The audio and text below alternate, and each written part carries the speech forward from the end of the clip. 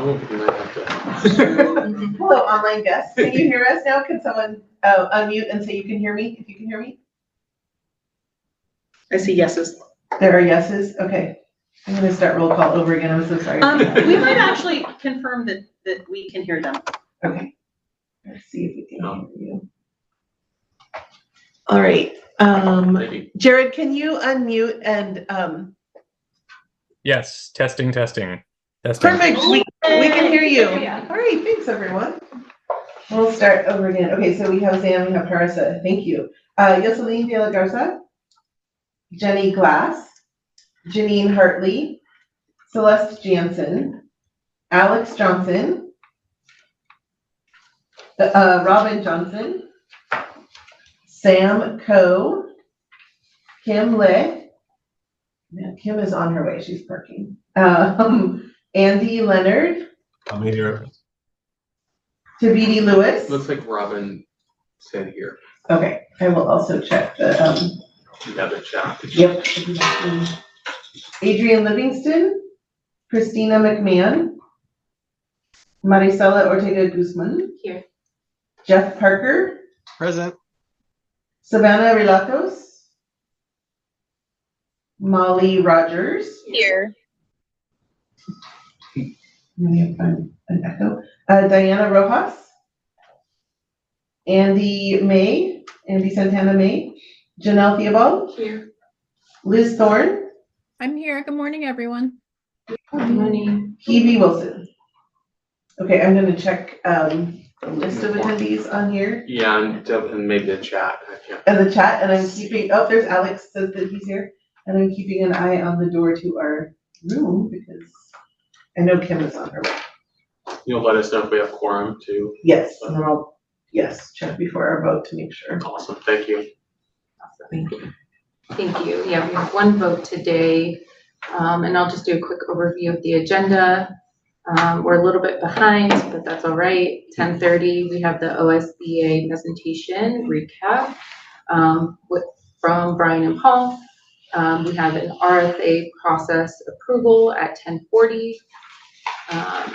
At 11:20, Josephine in Yamhill County's 30-day detention programs approval by Juvenile Justice Committee. And then we'll take a short break. Around noon, we have the NYEC Youth Days presentation, and that will be provided by staff and youth who attended the event. We'll do committee updates at 12:30. Some of our committees are on hiatus, and I know our youth committee did not meet last week, so we may not have too much to share there. At 12:40, we have governor's recommended budget legislative updates. 1:10 strategic planning retreat recap, and then we'll do public comment at 1:30. And then, YDO updates, meeting roundup discussion at 1:40, and then we'll adjourn promptly at 2 p.m.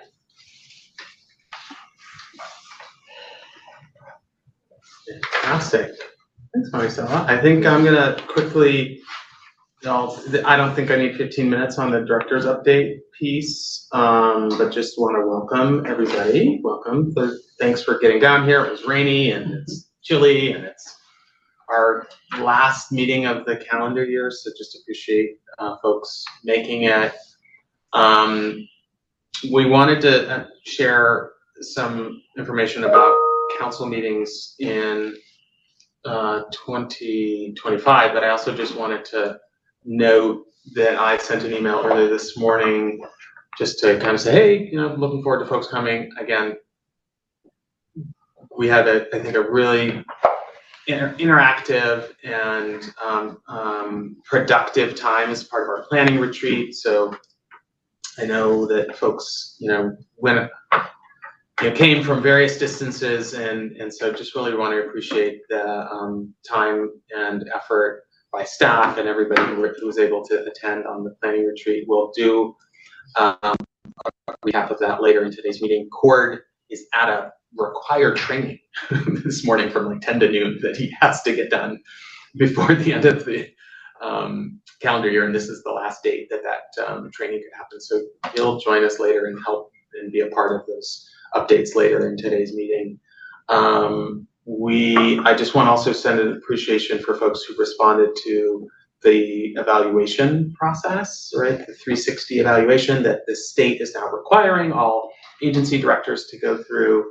And I know there were probably folks all around the table, staff and council and partners. I included like a list of 30 people. I said, I'd rather have more folks have the opportunity to provide input if they want to provide it than a list of 6, 7, or 8 people. That seems like not the best way to give people to be a more sort of inclusive and broad set of feedback and input. So again, appreciating that. One of the things, and I then had a meeting with the DAS director, Department of Administrative Services director, Barry Leslie, and advisor from the governor's office, and Maricela all met. Is that last week, Maricela? And we went over the review. Really good feedback. Just some, positive feedback, which I really appreciated, and also some areas where I think there's room for improvement and growth. And so I want to note one of those things is being, more active in the management of our council in terms of attendance and just general participation. So we've got some work to do to both have some folks who've said that they're ready to term off and, are on to other new things. Liz, appreciate your being here. So we're trying to actively recruit, and we've got folks who I think are busy with their work and personal lives. That's completely fine. But we've got to get folks here, probably, we're usually around a dozen of us or maybe a little bit more, but I'd like to get to a more active group of around 20 or so folks that are here and engaged. So there's work to be done there. And I want to remind you all, part of that is, that expectation is being here, communicating with me or Melissa. If you're not able to be here, there's space for people having excused absence here and there, or if you got something, halfway through the meeting, we want to have space and grace for that. And at the same time, expect that folks will communicate. And if that happens multiple times in a row, that signals to me that, this isn't a commitment that is able to be met. And again, that's okay. Let's find somebody who can fulfill the commitment. I don't take it personally. But I will take it personally if I don't hear from you. And I have no idea what's happening or what's going on. And those of you who are here and engaged, I know I get communication from you, but there's certainly some folks that, Adrian is ready to term off, Celeste is ready and past due. So there's work to clean that up. I just wanted to say out loud, I will manage that more closely, and that may mean, I guess, maybe some hard conversations with folks, but I generally imagine it will be, hey, let's just find a good solid replacement, and let's ensure that we've got representation from around the state, representation of folks who bring lived expertise, some younger folks, as is our stated goal around moving towards a council of like 50% or more. So all of that is to say, I'm excited about diving more into that. We've got some good recruitment conversations going on. They don't always bear fruit, but we'll stay, I think, a little bit more focused on that, and wanted to make sure you are all aware that that's, again, something that came up in the evaluation from various people. And I think, I plan on taking that more, looking more closely at that in the new year. Any comments or questions about that topic? Liz? I have a question, Brian. Thanks for bringing it up. And yeah, as a council member who's been on for a long time, and I think my term has technically been up for a long time, I think, just speaking my truth, the thing that feels hard for me is it makes me feel bad, like when I can't make it to strategic planning because I want to be there. And also it's like, I also have to manage like work that is helping to like support my business. And so I think Yeah. that's the real rub. And so anything I can do to be of help in recruitment, do you Yeah. have like a blurb or a thing that I could Mhm. share out? I know for both young folks and then also grown folks to share out across my network. Would love to help any way I can in recruiting people for the council for the important work. Yeah, thank you, Liz. We do have we really have two versions. Real thanks to Maricela and some other people, we've developed kind of a shorter, it's a page-ish, I think, that we use to get to some specific partners to get more young people into the mix. So we have that version. It was an email that we sent. I don't know if we even like put it on a piece of paper or something, but so we have that version from several months ago, and a piece that I've shared with various people at different times. Happy to share it with the whole council, although I think, Melissa, we want to make sure that it's as up to date as possible. Sometimes said, hey, this still has Governor Brown's name on it. It's not ideal, but I'd rather get it out if you have somebody in mind. So yes, Liz, we have a kind of YDC overview. It says who we are and what we do, and it then has some like responsibilities and expectations. It's dense, like it's 2 pages of writing, and so I think for some audiences it's not ideal. But for somebody who wants to like how many, what are the terms and what are the this and the that, the information is there, so we can share that after today's meeting. I've started the updates, but there's more to be done. Yeah. But we can share it as is. Yeah. The content. Perfect. Thanks, Melissa. Any other comments or questions? The last thing I'll note is, and this is, I think, in the agenda, and maybe Melissa help me with this, just wanted to, I think part of what people also expect and want is, tell us when we're meeting, right? Like, give me advance notice, right? We don't want to catch you off guard. So we've got 6 dates in 2025 that we're planning. We've got the 4 quarterly meetings. Feel like we have had discussions over the last couple of council meetings about how can we have spaces that are less sit and get. Today, I'm going to tell you now, is going to be a bit more of the sit and get. There's various like business items, approvals, staff are prepped and ready. We got PowerPoints for days.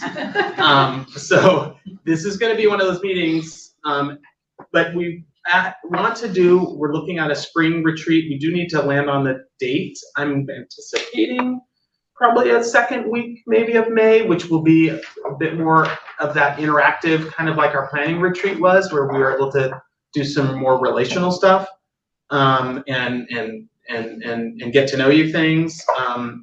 And then also later on in the year, planning retreat date. We need to land on either the 12th or the 13th. If you want to weigh in now, like, hey, these dates look better than those dates. Part of what we're also wanting to double check is if there's any conference conflicts, and we don't. For example, there was a big federal conference this year, I think in the 3rd week of November. So I don't anticipate that there will be a federal conference next in 2025, but we're double checking. But we want to get you the dates. The quarterly meeting, our 2nd Thursday of the whatever of the 4 months. Every 3 months. Yes, every 3rd month. Every 3rd month. Thank you. Good math. Starting in January or starting, what's the first one? Yeah, March 13th, June 12th, September 11th, December 11th. Those are the quarterly meeting dates.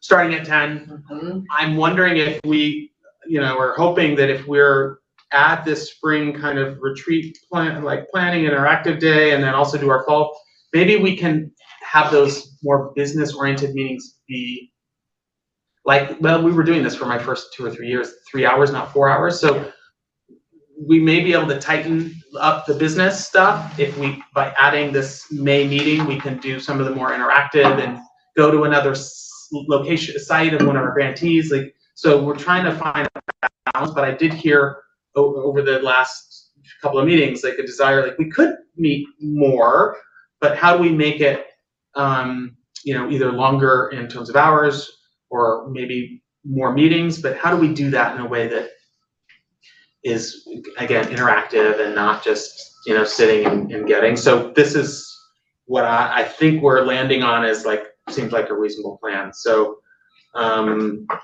that's what I know about that. Melissa, did I miss anything? No, I don't think so. Questions or comments? These are in a printed, I don't know, Xana, if we can give it to you, or if anybody needs a printed version of the agenda, there's one in here. The annotated agenda. So the dates are on there, but I think they're somewhere else too. I think they're invitations. I'll be sending them out on your calendars. Yes. As well. Great. Yes, Parsa. Parsa Chanrami, for the record. I don't think I said that.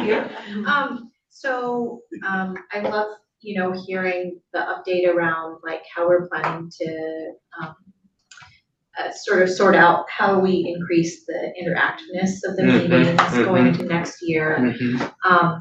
My 2 cents I just want to offer, especially since many folks are taking off work or taking off school, if it's within the quarterly meeting schedule, perhaps extending it further to build in interactive. That's kind of the preference I'm leaning towards. Just again, offering the 2 cents, but I know we'll need to continue to gather feedback from the whole group as well. And then the other thing I was reflecting on in terms of recruitment is whether we want to make ourselves available as council members to have those conversations too, either to support you and say hey, I think you'd be a great match in talking to this prospective council member around what to expect. Happy to offer that time and connection. And then last, this is more logistical. I think at our last retreat, there was an update around mandatory trainings we needed to do before the end of the year. So if I missed any, just let me know, because I want to make sure I get those done before the end of the year. Yeah. So that was the last plug for me. Yeah. Brian Detman, I don't think I said that. It's like needling Maricela. Brian Detman, director. I'm just going to keep saying it. Yeah, there are 2 trainings, and they need to be completed by the end of this month. End of this month. Okay. Yes, by December 31st. IT related security training and a harassment, discrimination, workplace related training. They're to be completed on Workday. So you need to be able to sign into your Workday account, which as a council member you should have, and you're required to have. This is now 2 or 3 years old, but sometimes not always the easiest thing to manage. So the short, yes, end of the month, 2 trainings, requirement of all state council, board, commission members and staff as well.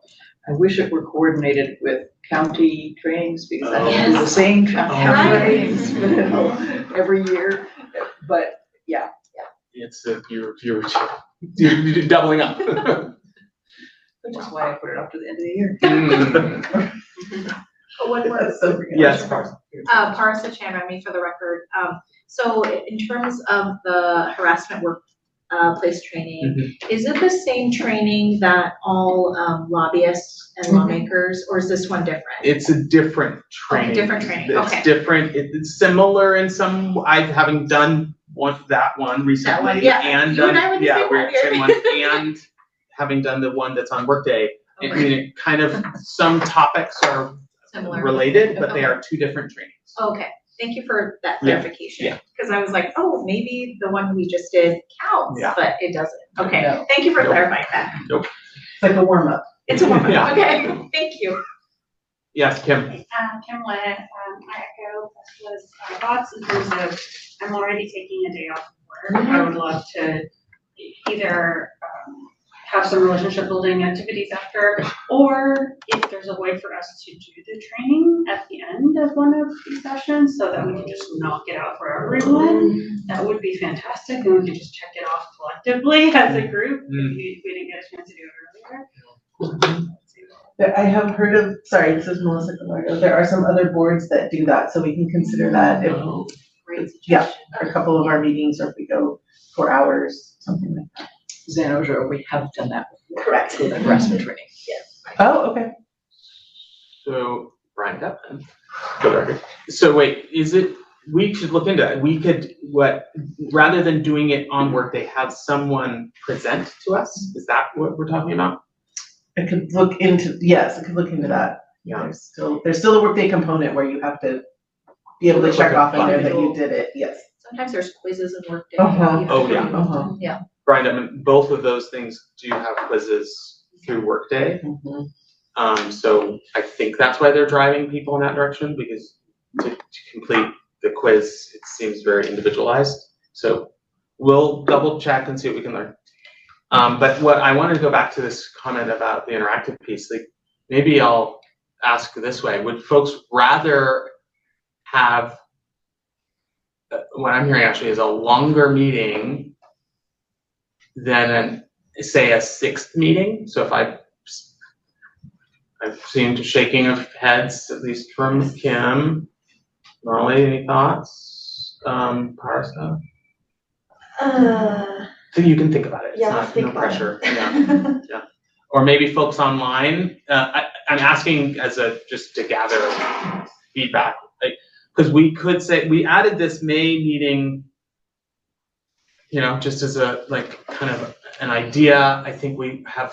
There's multiple things going on too around having youth led parts and pieces, but that doesn't mean we couldn't do something like, oh, we're here from 10 to 1 or 2, and then from 2 to 3 or 4, we've got something else going on. So I don't know, just if there's any feedback or questions online, I didn't want to leave you folks out. Zan's got a comment here in the room. Just one quick, anything from, and I don't know, is there anything in the chat that we should pay attention to? The chat is about how difficult accessing Workday is. So acknowledging all of that, it is challenging on our side. That could be a whole Get separate access. meeting. Yes. Yes, exactly. We're gonna have a training. Every on year I that. have trouble. I've had so many trainings on how to get you guys access. And yes. Zan. I like the retreat days for those more conversational kinds of events, because people come to it with a different mindset. Yeah. And if we were to do the meeting with or the youth component after lunch, or the meeting with one of our grantees after lunch, or extended day, I think we'd lose people, and people are not as focused. So that's just my personal bias. But that said, I am a little bit neutral. I like the idea of the May retreat, because I think we're going to have several new members, and I think it's going to be really important to embrace them and be, in order to be the inclusive group we want to be. Thanks, Zan. Parsa.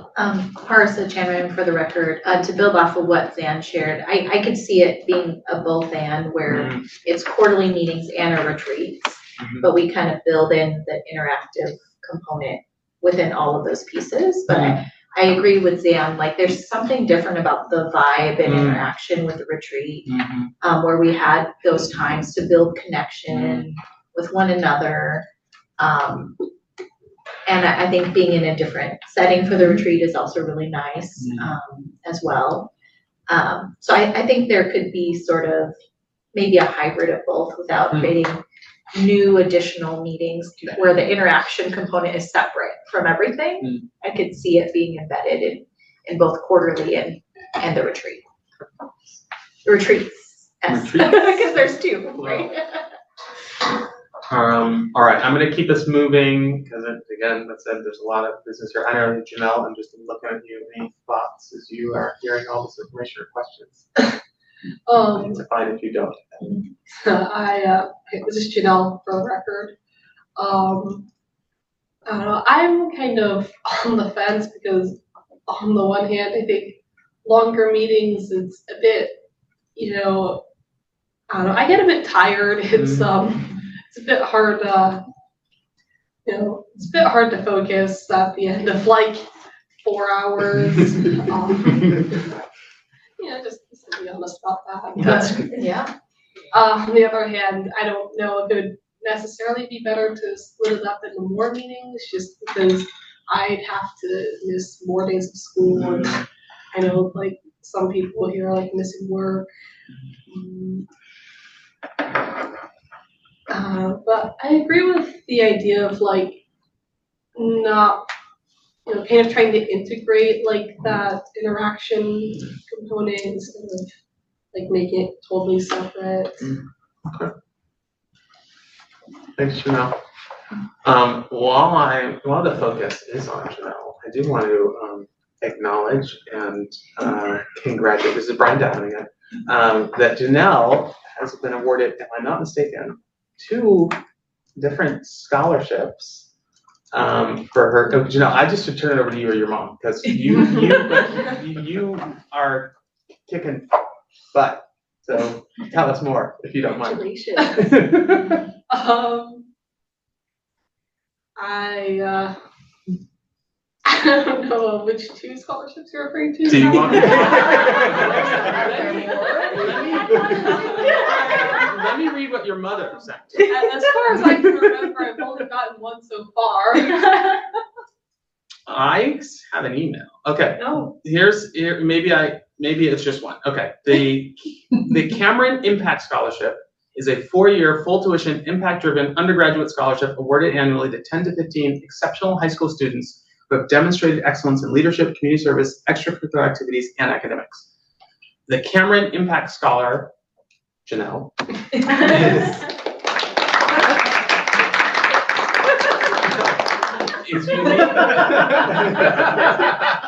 is unique among its peers in their desire to directly impact their communities and in the world at large.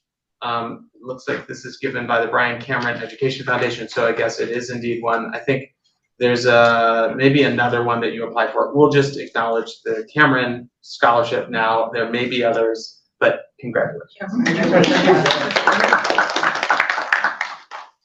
All right, enough from me. We'll do this. Back to you, myself. Thank you, Brian, and I apologize for not including your director's update in the so we're about 12 minutes behind, but that's okay. So I'll go ahead and turn it over to, I'll go ahead and turn it over to Brian and Paul for the OSBA presentation recap. Thank you. You want to take it, Paul? Sure, I can. Thanks. Take it there. You want to pull up the slides? So one of the things that Brian and I were talking about going into this meeting is we wanted to share a little information about some of the presentations and information that we do across the state and also nationally of the work.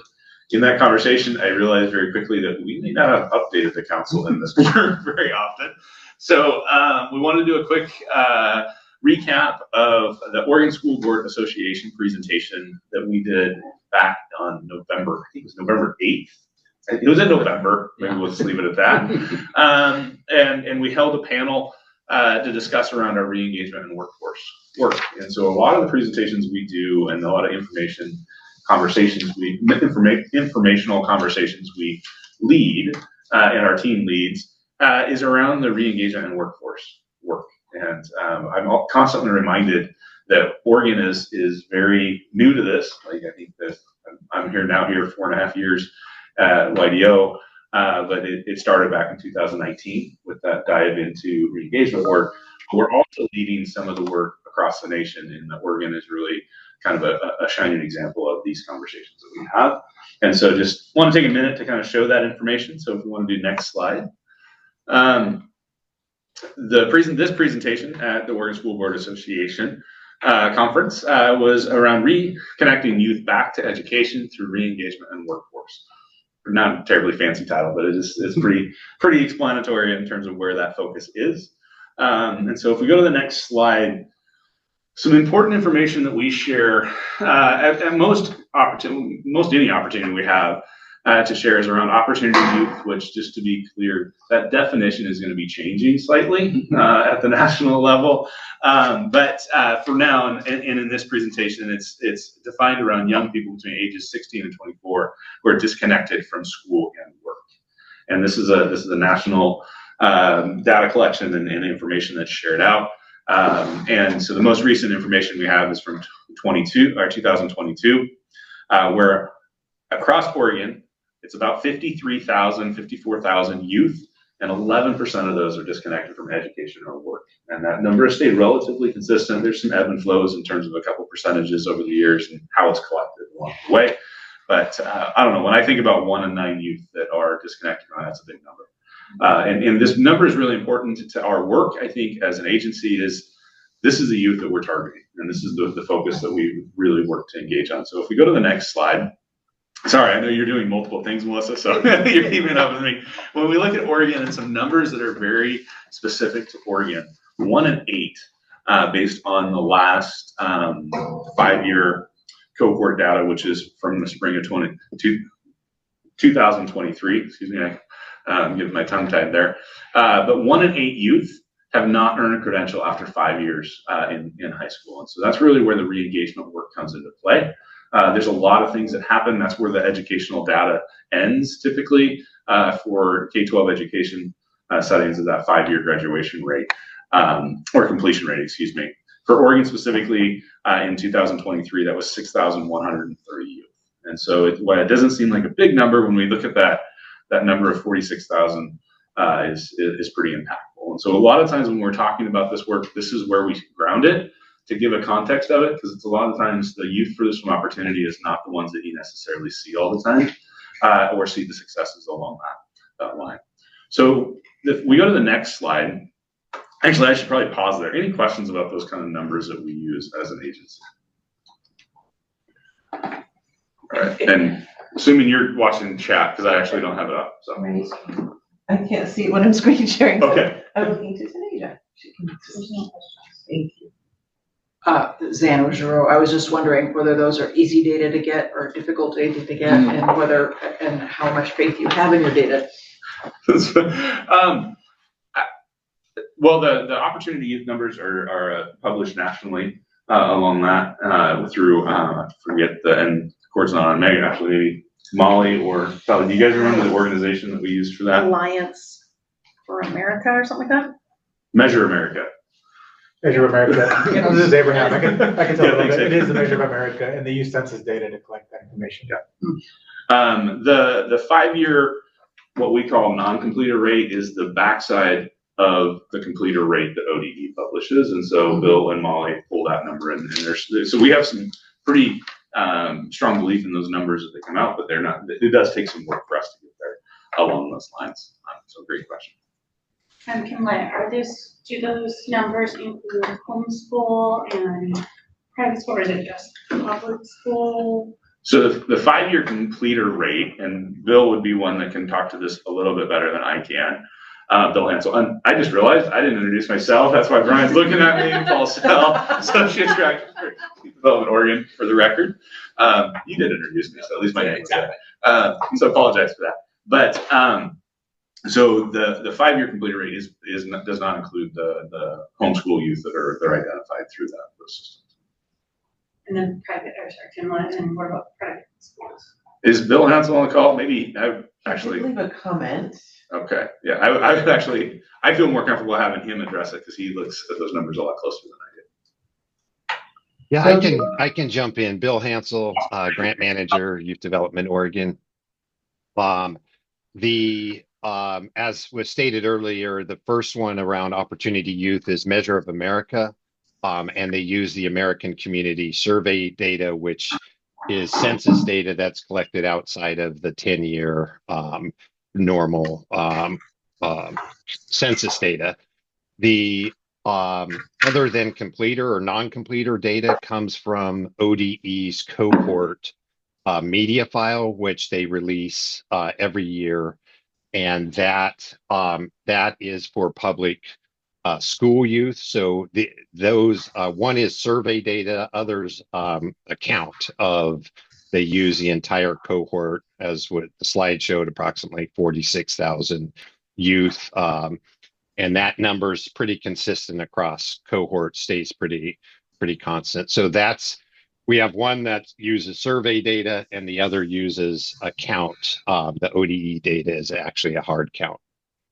So I hope that helps. Did that answer the question? Kimla, my question was whether or not this data includes homeschool and private school students. Bill, you want does to not address that? Yes, it does not. It would only include public school students, including any designation that's included as a school. So your private charters, as long as they have a connect, that if they're funded with state dollars, those youth are counted. If they're private or homeschool, it does not. They have no way to collect that data.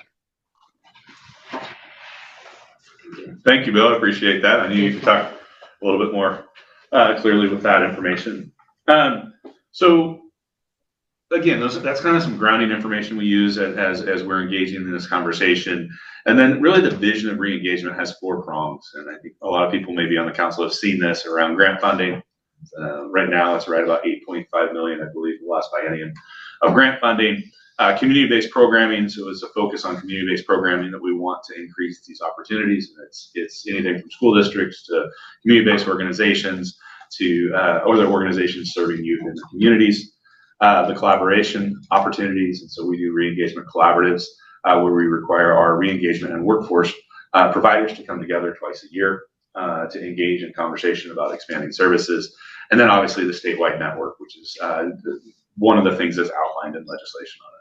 And so our vision is there just to really connect youth back to and access to education and workforce opportunities. So the next slide kind of goes into a little bit more detail around the work, around what we found in this biennium is we're spending quite a bit of focus on connecting these independent systems. We have re-engagement and K-12 education. The reason re-engagement is connected there is because our re-engagement legislation is focused on high school completion, right? But we also know that if a student is struggling to complete high school, that transition to workforce is tough. But most likely, right? And so we're spending a lot of time on how do we connect these independent systems that have worked together in silos or worked in silos for many years and connect that in further depth. And you can see on both sides of that arrow, it's messy, right? So if you re-engage a youth, chances of them completing on that first chance may not happen. And so we go back and we get them into engaging them and get them back in education. They may disconnect and they come back and then we reconnect them. Put them back into it. And the same then happens in workforce. And so we're spending a lot of time on working within those systems through these discussions and engagements with anybody that quite frankly will listen in the work. So the next slide just is a little bit more detail of the panel we brought together for OSBA. And so we had some really great dialogue, and Brian led a facilitated conversation with these folks. And the reason we chose these ones specifically were these are educational entities, and Oregon School Board Association obviously is connected with schools, and so we use that. But based on the presentations that we do, we're starting to pull more and more panelists into conversation because that's really around where that work begins. And so just want to honor those folks for engaging in that dialogue. It was great attendance. We had lots of questions. Brian had his work cut out for him I did the information. Brian did the facilitation, and so he had some work cut out for him. I don't know. Anything you want to say about that panel that we had? No, thanks, Paul. And Paul, we are a good team in this. Brian Detman, again for the record. Yeah, good panel. One of our panelists actually wasn't at the last minute able to show, but Paul was able to kind of represent the work in Douglas County and the Education Service District down there. And I felt like we had programs and models that the audience members could sort of connect with in terms of what may or may not be relevant in their community. So I thought it was information was well received, and as we're now thinking about ways that we can bring, if not every one of these people, but these ideas to national conferences and like National Youth Employment Coalition. So we're kind of rolling out these ideas to audiences, not just around the state, but also nationally. Awesome. And yeah, it was hard channeling, but one of the things that channeling Douglas ESD, but I believe strongly in is that a lot of this work is also just technical assistance providing information to folks to be able to engage in more. So we have seen people reach out because of these conversations to engage further in it. It's not all about grants. It's about those community conversations. We have folks joining our collaboratives to engage in the dialogue because people see that and organizations see that need. So really positive. You can go ahead and skip 2 slides because we talked about the facilitated discussion, so we can go to the next one. But we also realized in one back. Oh, there we go. There's a slight delay. Oh, okay. Yeah, no worries. It was interesting. So one of the things that really want to just keep the council aware of is we have a lot of these platforms that we're having the conversations. And so the National Youth Employment Coalition is where we took our young folks from the council for the Youth Days. We also have, I believe this will be about the 4th year out of 5 that we presented there in the 2025 conference around work. And so we're learning, but also we're sharing that information. And you can see the other ones listed there around these platforms that we're engaging in it. And the reason I put that up there is if there's others that you see that would be beneficial, that's important information as we do for staff to engage in those conversations. So just a quick update on the work. It was a great presentation. We presented twice at work. We did the same presentation twice, which was great. And just the opportunity. The people we asked to be on the panel, it was pretty awesome. They were just ecstatic to be able to share about their work too. And so it's really exciting. Questions? Thoughts? Anything online to ensure, Melissa? No? Zan Oshiro, this particular presentation was very much tailored to the school districts and boards here in the group. But I know that with the re-engagement youth, the ones that are not at all school adjacent are even harder to reach. So are you having parallel conversations with some of those natural kind of community-based settings or other places where you can engage with youth that are already beyond that school age? I'd say our work right now is very focused on the organization serving the youth. So we don't do a ton of engagement directly with youth. Our focus and technical assistance in terms of the work does go up to age 24. 19 through 24 is tough. Yeah. Right. That is a unique age to engage with. That's part of the reason why we pulled Sally onto this work team and the work when we started seeing this connection with Future Ready and Workforce. And you'll see, spoiler alert, you'll see that connection in the next biennium work. We want to continue to require that engagement between re-engagement and workforce. It's beginning. Brian and I were on a conversation yesterday, and it was fun because we had this very similar question, and we're starting to see these glimpses of these conversations expanding and more partners to come in. It's taken a few years to do it, and where the example has been, and Liz, I'll brag a little bit on you. We've had Liz come into some of the convening work and share some sources of strength training at the convenings. And what we saw when we started bringing that in is our convenings doubled in size between last April and this fall. So we can see that these conversations are growing. Where it goes is anxiety inducing probably to continue that, but we're seeing the fruits of our labor, so to speak, the last few years that we're engaging more and deeper into it. And it makes that question makes me understand the reason for requiring the collaboratives much more, because that's that nexus where you can get those two different silos together. Yeah, exactly. And I will say it's challenging us as a team to think about how we engage these two very, quite frankly, independent systems that function quite well. I don't know, Sally, you have anything to add? Yeah, Sally Deck for the record. It does seem that those who are quite a ways disconnected from school can be served well when the schooling that we recognize they would really benefit from is directly tied to workforce opportunities. And so that while they may not have been convinced that school was useful, they're convinced that a paycheck is useful. And so that in order to get this paycheck and then advance to be supported in completing a GED or otherwise achieving completion, that has been a successful tool that has been utilized by workforce providers, and by partnering them with the re-engagement providers that allows this greater, a smoother pathway for the youth to get what they need, and be able to be poised and positioned for success there. Yeah. And some of the really cool, exciting stuff that we're starting to see, I would say finally, and is that we're having our education providers talk about how employers are working with them to get youth into an education. So they're adjusting their schedules. They recognize that paycheck is the draw for that and the need. And so that we have employers now working with educational entities to say, hey, this is we want to work with it because we recognize the importance for this youth to be able to accelerate on it. And so those conversations are flourishing. They're starting.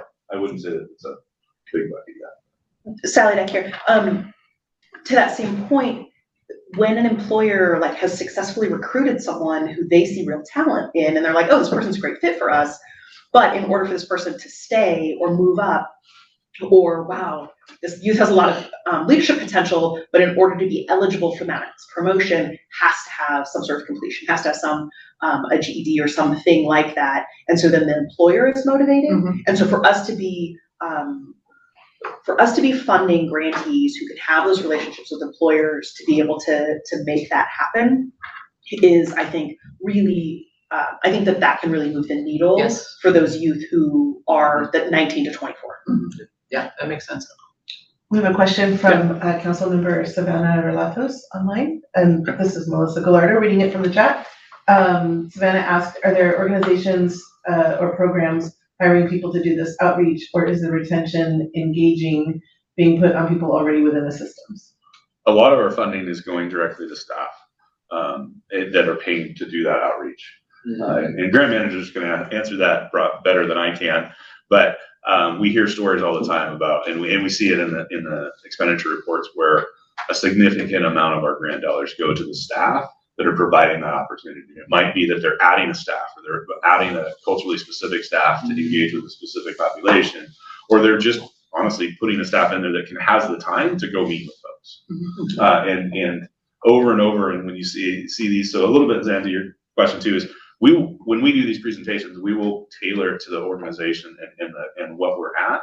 So for example, NYEC presentation will have workforce as well as other, hopefully CBO or community-based organizations, excuse me, on the acronym, to engage in that dialogue, because that's really that audience that they're wanting to look at, as well as policy level. At the national, we talk a lot more about policy, obviously, in that work. So yeah, it's been really positive, I think, overall.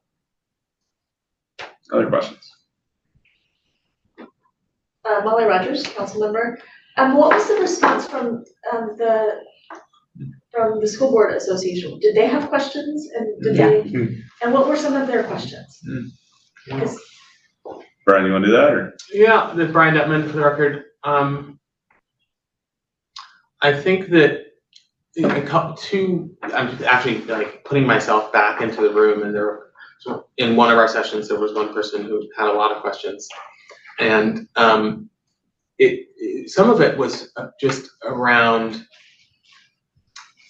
because one of our presenters was from Redmond School District, and Redmond is doing quite a bit kind of on the data side to identify who the students are who are showing up on 10-day drop lists, or maybe even falling off the sort of radar. But how do we, they're very interested in, from a data perspective, to figure out how do we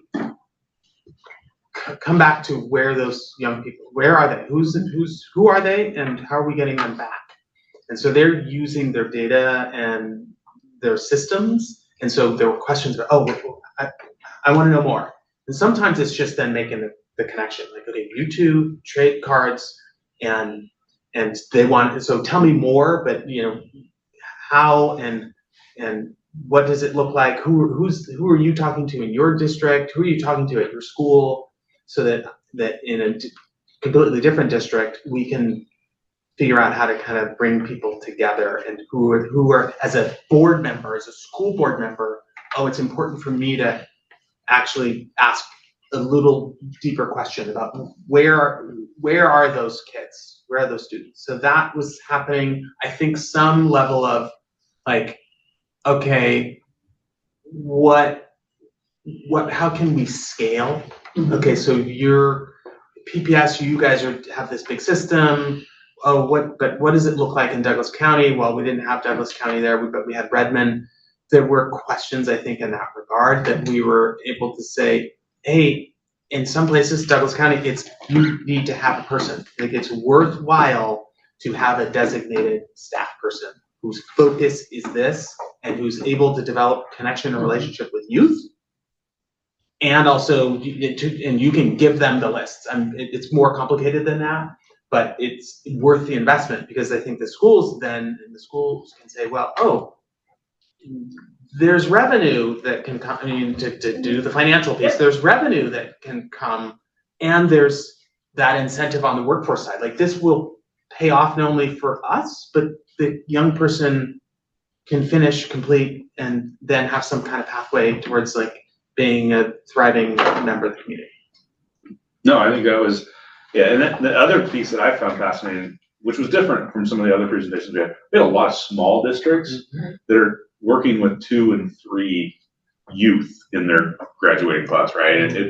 And so how does that happen? And so we were just having discussion around what does that look like for them, because the finances in a smaller district is very different than a large district, right? And so that there was a lot of kind of just sharing, and I found it very interesting too that we saw districts talking to districts, which is exciting, and then also breaking down the barrier that it is okay for a district to work with a community-based organization to do that engagement, or a workforce engagement, and that's, so again, starting conversations in terms of that work. So we're seeing things. Great.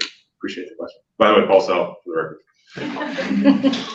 I'm not supposed to do it after. Whenever. Melissa Gallardo, I see that Savannah has made another comment in the chat. I asked if she could come up mute, but I don't know if she's in a place where she's able to do that. But I can read it. All right. Savannah says, I worked in Native Education for Salem Kaiser, and we had 560 kids each. Part of our job was re-engagement and retention, so we could talk to staff teachers about offering grade repairs to our students, fixing the grade where it's at, whether that's 59%, whether then redoing the whole class, helping students understand that work credit can come from under the table summer jobs with their families and volunteering, and we were able to do that very effectively because we know our schools, we know our students and families, and can use those relationships. But again, how do you do that effectively when it's a small portion of your job when you have 560 kids total to serve? And I think that's a very good point. And I think that's going to take time to continue to have conversations and dialogue on it. As we're talking with some of the school board or school districts that are using some of these re-engagement funds, they're seeing the benefit. Yeah. And so hopefully they can continue to work now. They have the evidence to say this is worth our general fund. This is an important element, which will continue and help us grow and move things forward. I couldn't imagine working with a caseload of 513. We have caseloads that range from 5 to 6 to 20 to obviously 500. And so there's a lot of balances within that. And I think it's a very individualized need for the organization. And we want to continue to keep our grant funds to be as flexible as possible to ensure that they can meet those needs along that way. Awesome. Thank you so much, Parsa Chamami, for the record. Something I was wondering about, Paul, is, just reflecting on the data around Opportunity Youth right now in Oregon. I was curious if we overlay work that's happening with our grantees, what percentage of Opportunity Youth are we serving through our current grants in terms of that overlap, right, and youth re-engagement work? So, I'd say Bill and Molly, maybe you want to come on as well. But I think one of the things is a challenge. So our eligibility for re-engagement, 2 of the eligibilities are direct connection to Opportunity Youth, and Molly can speak more to that because the eligibilities and re-engagement is around that you've been disengaged from school for longer than essentially 10 days or your 10-day drop. So that would fall into that category in those. But then we also allow flexibility for youth. They don't have to completely disconnect to get re-engagement services because we don't want to lose them when you actually have a contact form, right? In terms of that. But I would turn it over to Bill and Molly that maybe they can talk more about how that overlays. or if you know. Though you're on the big screen, so. I think he's looking for mute. There we go. Yeah, I was pausing there to allow Molly, because this touches re-engagement a little bit more. But to your question, we don't have a direct tie, like we don't get opportunity youth and names. So we can't really, it would be hard to draw a direct connection. But I think one of the interesting things is that when you compare ODE's data, the cohort data, that's a hard count of real youth. The other one's a survey, right, which is then a projection type. They survey a handful and then apply that to the masses. So when we look at the numbers, we arrive, like if you look at the approximately 6,000 youth, the 1 in 8 that don't complete, those numbers, if you add them up from the age 16 to 24, almost equal, is really approximately very close to the survey estimates. And so therefore, it is, we know that the population, for example, if the youth that are not completing are really Oregon's opportunity youth in terms of as close as we can come to a match. But it would be, it's difficult. We can't come up with a number that's saying, oh, of these youth that we serve, that's, approximately X percentage of opportunity youth. We know there's a pretty close tie. And the cool thing about the count is, again, these are actual youth. And so the demographics of those youth are known. And so it really allows us to help target interventions and even hotspots, if you will, like locations of this population may be doing well in the Valley, but not in Northeast Oregon, and allows different strategizing like that. So I hope that is a roundabout way, but addresses your question. Thanks, Bill. And Molly, did you have anything you wanted to add to that? No, Molly isn't with us online. Oh, okay. There you go. Sally I'm back also here. gonna, Sally, can I say real quick, you can jump, but this will be the last comment, because we gotta keep things moving. We're about quarter after, if I'm not mistaken, or maybe it's 10 after. So Sally, jump, and then we'll move. Keep talking. Sally back here. I'll just say really quickly that we do have counts on the youth that we've served in that demographic, to Bill's point, and so that there is like this overlay. So future ready are the numbers that I know, and that I can say, yeah, we served 2,000 youth, but that there aren't the same eligibility requirements, right? So it's a little bit of comparing apples to oranges in our definitions, and that we are more flexible in who we serve. So we're serving youth who might be under attached to school, and that by serving them, they don't become disconnected. Sort of the earlier, connecting with them earlier before the complete disconnection, right? Well, that was longer than 10 minutes. Yeah. Priscilla, keep us going. The next item on our agenda, Marisol Ortega for the record. The next item on our agenda is the RFA process approval. That's us. Yeah, I got it. Yeah. Apparently, I'm the one that has the PowerPoint presentations today. Well, appreciate it again, Paul Sell, for the record. We're going to go over the RFA, our request for applications process, as we've done every year before the biennium. This does require a vote from the council to approve the process. Do we have quorum? Oh yeah, we probably need to see about it. Melissa Gallardo, we do have quorum. Perfect. All right. So different than what we've done in the past, we're going to try to go through kind of some background information, give you a large overview of it. I know Melissa shared out the work group information that we've done over this since June, I think, of 2024. And so there's a lot of material that has been covered throughout that process. We got an opportunity to review it. So we're going to capture the highlights of that. Also, Zan participated in a lot of those. Anything you want to say about the work group? I just wanted to say that the work groups were fantastic. There was quite a lot of grantee engagement. It wasn't necessarily the same grantees at every single meeting, but staff did a great job recapping the previous meetings at the beginning of each session, and the discussions were really productive. And participants asked great questions that caused staff and council members to maybe rethink a little bit about what the frameworks that we're creating. So I think that going into the community conversations, there's just an incredibly solid proposal. Awesome. Thank you. And I also want to recognize the grant managers were on all of those meetings, and it took lots of ideas back to the grant manager meeting and had to wrestle with. So it's been a very informative process on it. So before we jump into the approval, just want to provide a little bit of background context for folks. And so one of the things that we use in language a lot of times is called youth grants. And that is essentially all of our competitive grants. And so when we go into the process, this is essentially what we will be approving for all of the youth grants, our competitive process. And we would bring things back should that change. Should we need to make adjustments individually. But new this year, so we've heard about community investments, we've heard about re-engagement opportunity or re-engagement grants, and with Future Ready sunsetting, our new title for our workforce focus is Job and Work Readiness. Sally will talk a little bit more about that here in a bit. And then Youth Violence and Gang Prevention, which has typically been an initiative under community investments, and we are carving that out.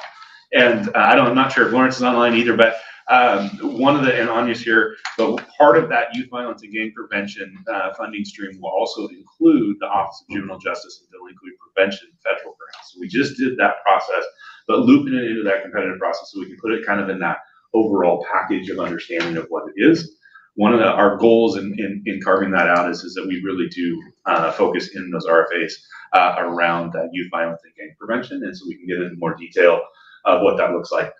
We don't have a ton of detail of that. We've purposely hit pause on that because there's some funding going out with the current application, and Abe also needs time to work on the community investment and not two RFAs at the same time. So youth violence and gang prevention, we'll have more information later. Our grant and aid has not been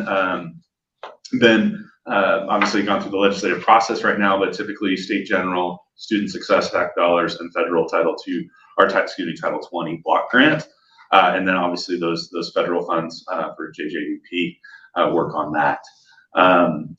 For the Job and Work Readiness grant, that is currently being slated for state general funds, and the community investment grant we're anticipating using, that'll primarily be focused on those Title 20 block grant funds to divide that up versus doing crossover around it.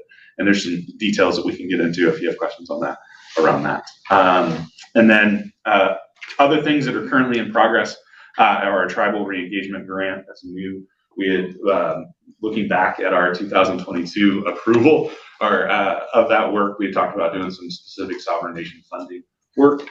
We are still in progress with that. It's being targeted specifically around re-engagement. Brian and I are not ready to talk about that yet because we actually have a presentation tomorrow at the Government to Government Education Cluster on introducing that concept and partnership with HEC in that work. So more to come on that. Collaborative grants, our community schools grants, and the youth violence and gang are all still under review and consideration of that work in that work. So next slide, please. Just again, some background. We shared this back after the last award process, and our work in terms of developing these RFAs this round has really been focused on the continuous improvement areas that we identified back, I believe, in December of 2023 application, and you can see those evaluation, award, and post award. And so those are consistent messages or focus areas that we've done in working on this over the past 6 months. I think I gotta turn over to Sally. Cool. All right. Next slide, please. Oh, sorry. Okay. So, for the record, Sally Neck.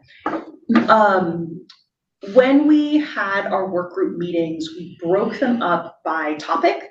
And so this is the slide that we used in our final presentation just to show what we talked about at each session. And then we have links that take folks, and so this has been shared with you, and we'll share it again afterward, but the links in the bottom right-hand corner are to our YouTube channel that has the recordings of our actual meetings.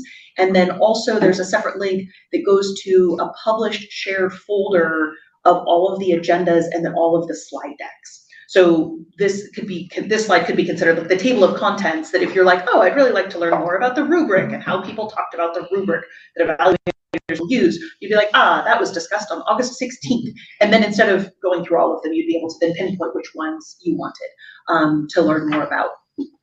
And if there aren't questions, I'm just going to keep rolling. Okay.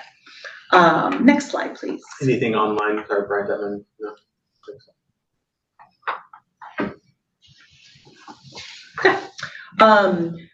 We have some important definitions, and this is the detail of like what does new mean, right? And so we have distinguished returning YDO grantees. So that's anyone who is currently funded or was funded in the last biennium. Then the folks who are new to YDOs. They might have been running their program for a long, long time, but they haven't ever been funded by us. So that's a new to YDO applicant or awardee. And then we have current operational programming versus new programming. And so again, really what we're trying to do is define new here. That new programming means it doesn't yet exist. In contrast to current operational programming, if anyone went and visited those folks, we would see youth being served by staff. That the staff have already been hired, the programming is designed, the youth have been recruited and are engaged. And we made that distinction because we know that there have been great things that have been startups or experimental or pilots, and we want to be able to create space to fund those, and also for them to be handled a little bit differently than the like ongoing programming that we have funded year after year.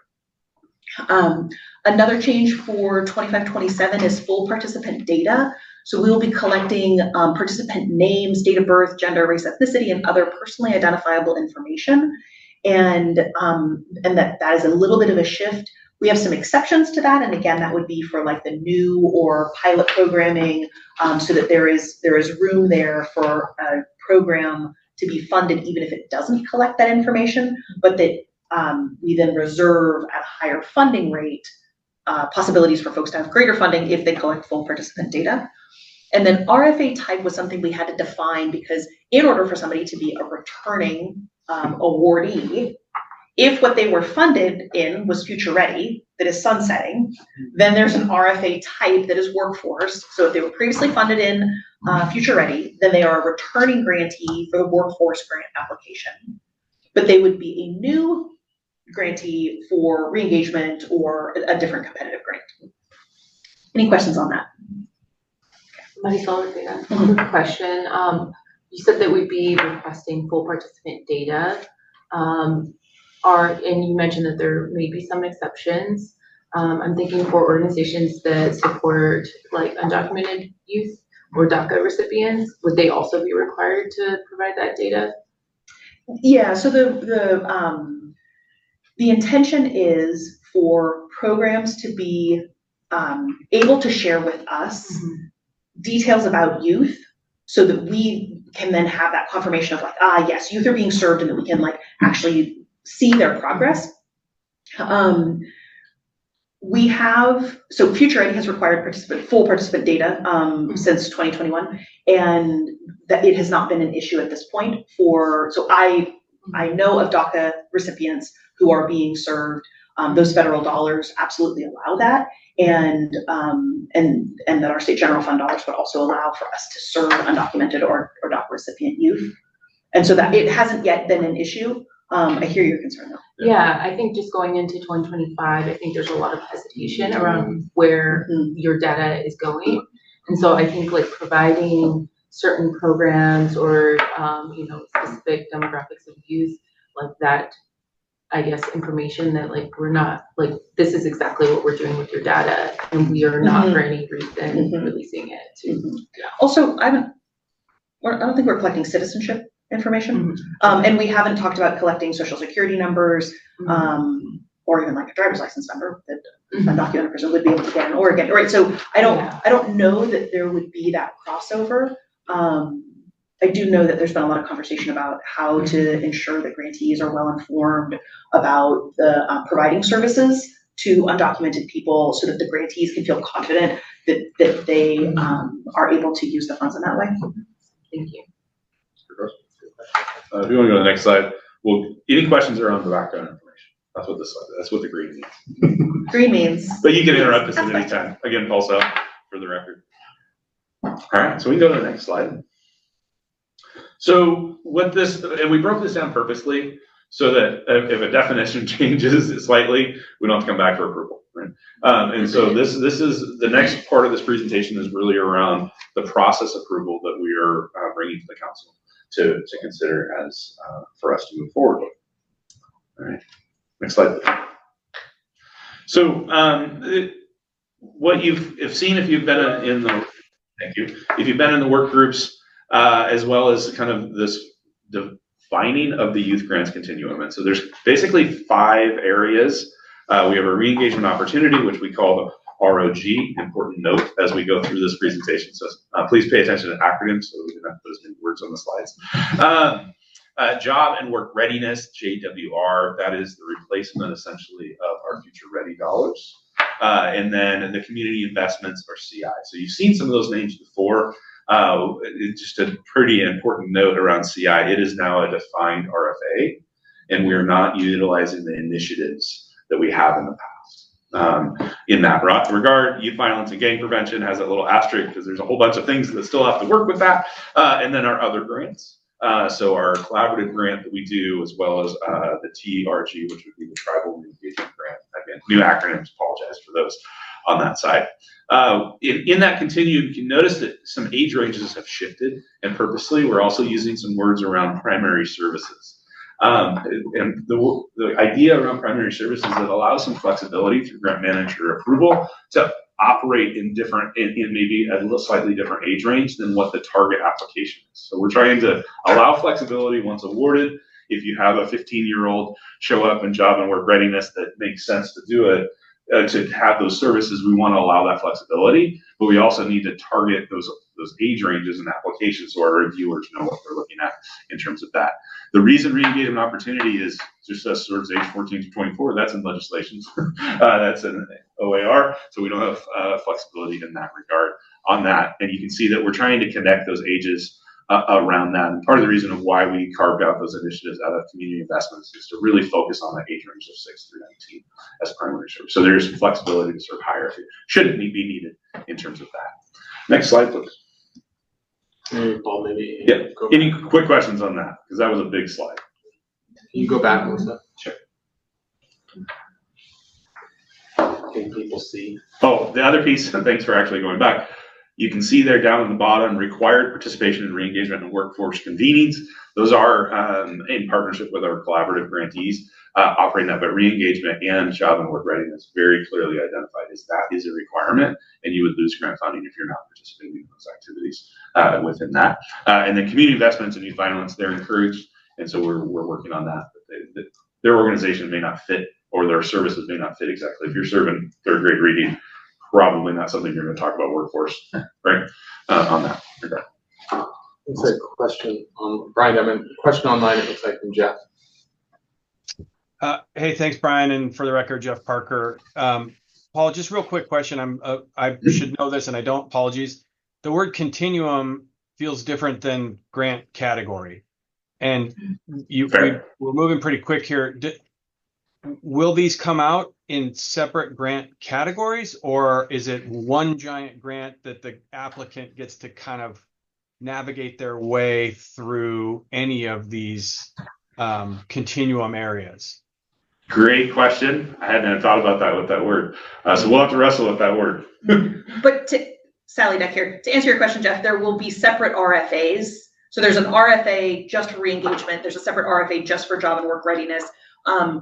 One way to think about the continuum is that we are serving youth across ages, and also that we are serving youth in different ways as far as through education services, through work readiness, through other community investments or youth violence gang prevention, and that we recognize that there can be overlap within an organization and or overlap within of youth who are served. That there might be a youth who is served in a re-engagement opportunity grant who is also being served in a job and work readiness grant.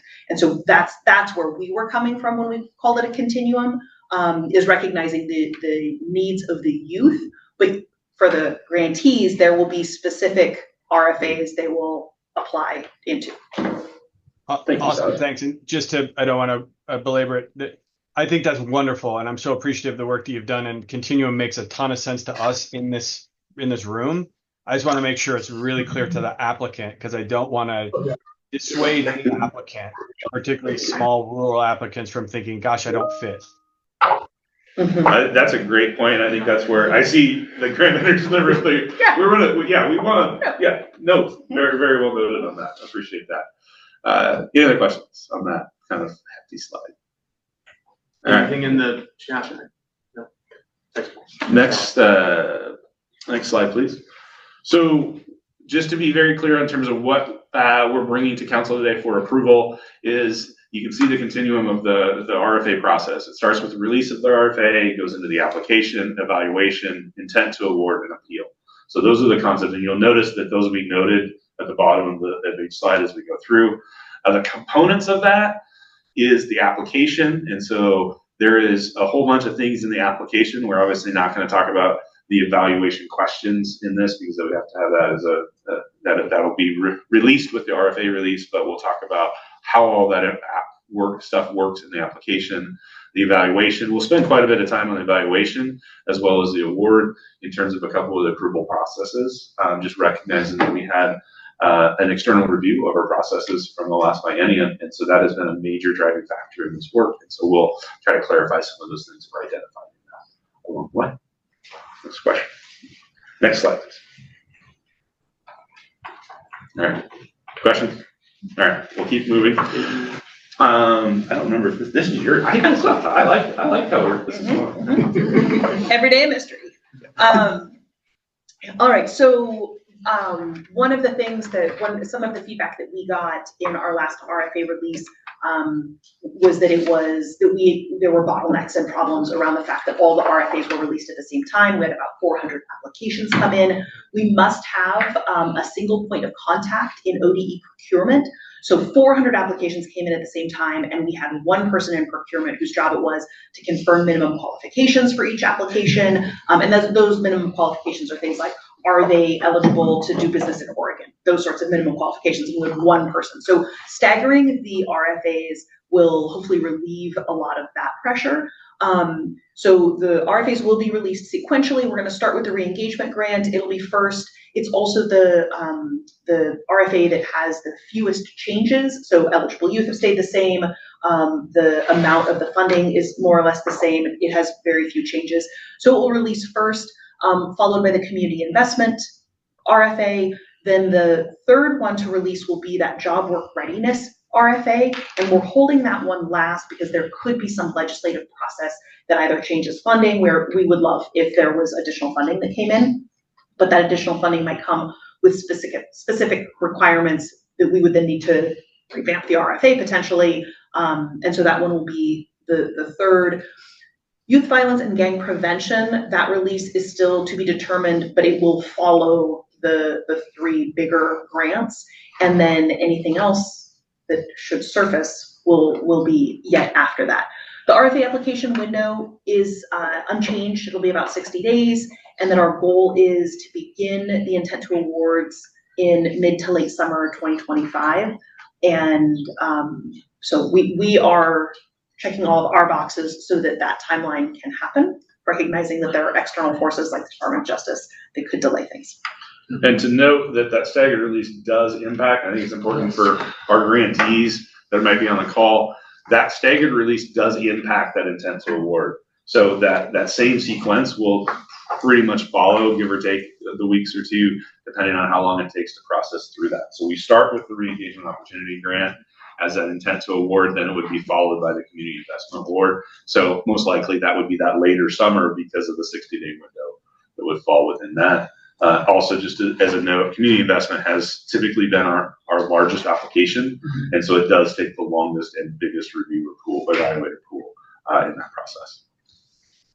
And also, folks will it's unlikely that they will know whether or not they were awarded before the next RFA opens. And we recognize that, and there isn't, we did not see a resolution to that. And so there might be folks who end up applying for grants who, if they are awarded in one of the first two, might not actually be eligible for an additional grant. And if there is a way for us to, in the moment, change that, then obviously we would do the update that benefits the grantee. Next slide, please. So I got a little bit ahead of myself in what I just said.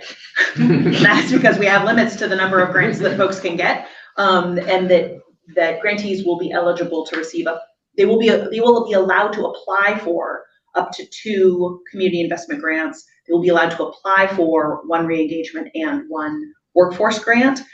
And then in a moment we'll get to what they are allowed to be awarded, because we have some new caps on what they can be awarded. But we also have caps on how many applications they can submit, and that again is our hope that we will reduce that bottleneck. And then what we've done is actually expanded what can happen in each application. And so each application can have 1 program in 1 location, or can have multiple programs in a location, where previously those might have been separate grants. And so those can now be bundled, and or a specific set of programming that is delivered in different geographic areas. And again, it used to be that those different geographic areas would each have their own grant, and now they can be bundled into 1. And the grantee defines what their geographic service area is at application. It's called proposed service area is the actual term for it. Perfect. We can hit pause here because there's a lot of information in these slides. So we'll hit pause to see if there's questions on that. Yeah, the next slide is just the do you have questions slide. Kim. At the last retreat, I remember, I think it was you that said that potential grant applicants were having trouble accessing information about RFAs because they had to sign up for council member email updates, and then we were talking about making sure there was a separate link. Did that ever happen? Yes, so a great question. So the way our information is released is different than Oregon Department of Education, because we are a semi-independent agency. And so our grant information is released through our government gov delivery system. And we are specifically identifying that it will come out of the Youth Development Council announcements. So, and that is I think it's our largest pool of folks, and it'll be released directly through that. So we are defining that category as that's where those will be released, and that will also be part of our community conversations later in another presentation that I'm a part of today. That'll be very clearly identified of how that's released. And then they're also released on our website. So, which again is different than how the Oregon Department of Education releases grants. Does that answer your question? I think you did. I just think I don't understand it.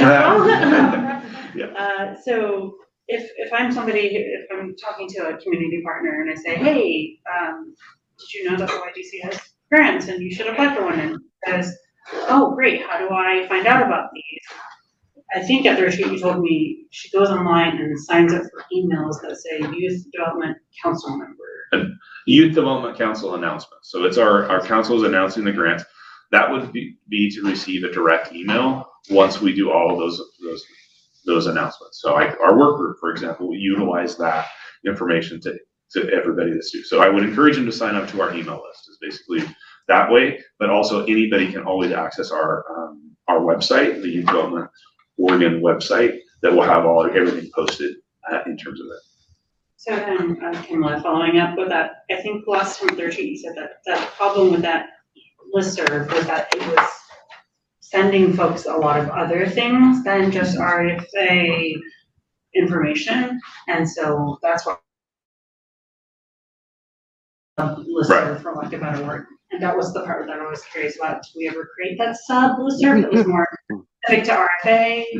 We purposely have not at this point. If we do create that, which I think would be good, what Melissa and I specifically talked about that is what we're concerned about is losing people knowing that that's been the method of communication. So we may create one, and then we can utilize both of those to send out information within it. So we're still working in terms of what that logistics looks like, because ideally we have a separate one that you sign up for, because then we get all of the metrics, the website metrics, I guess. I don't fully understand it, but like all the information sharing. So we would add that in addition to it, but we have yet to do that, and we'll make a final determination on which link specifically for folks to sign up, and that would be a part of our community conversations tour, where there'll be a QR code and information that people can sign up directly for those places. Yeah, great question. All right, others? Is there a question online, maybe? Yeah. I was just looking because Joe is unmuted, so I just messaged him to see if he has a comment or question. Is he a member of the public? Yeah, I don't know if that's. My bad. This is Joe O'Leary. I accidentally unmuted. Sorry. No worries. Thanks, Joe. Awesome. Okay. Is representative of OIA, ex officio, but can ask questions. All right. So if we can go back to the slide deck, would be great.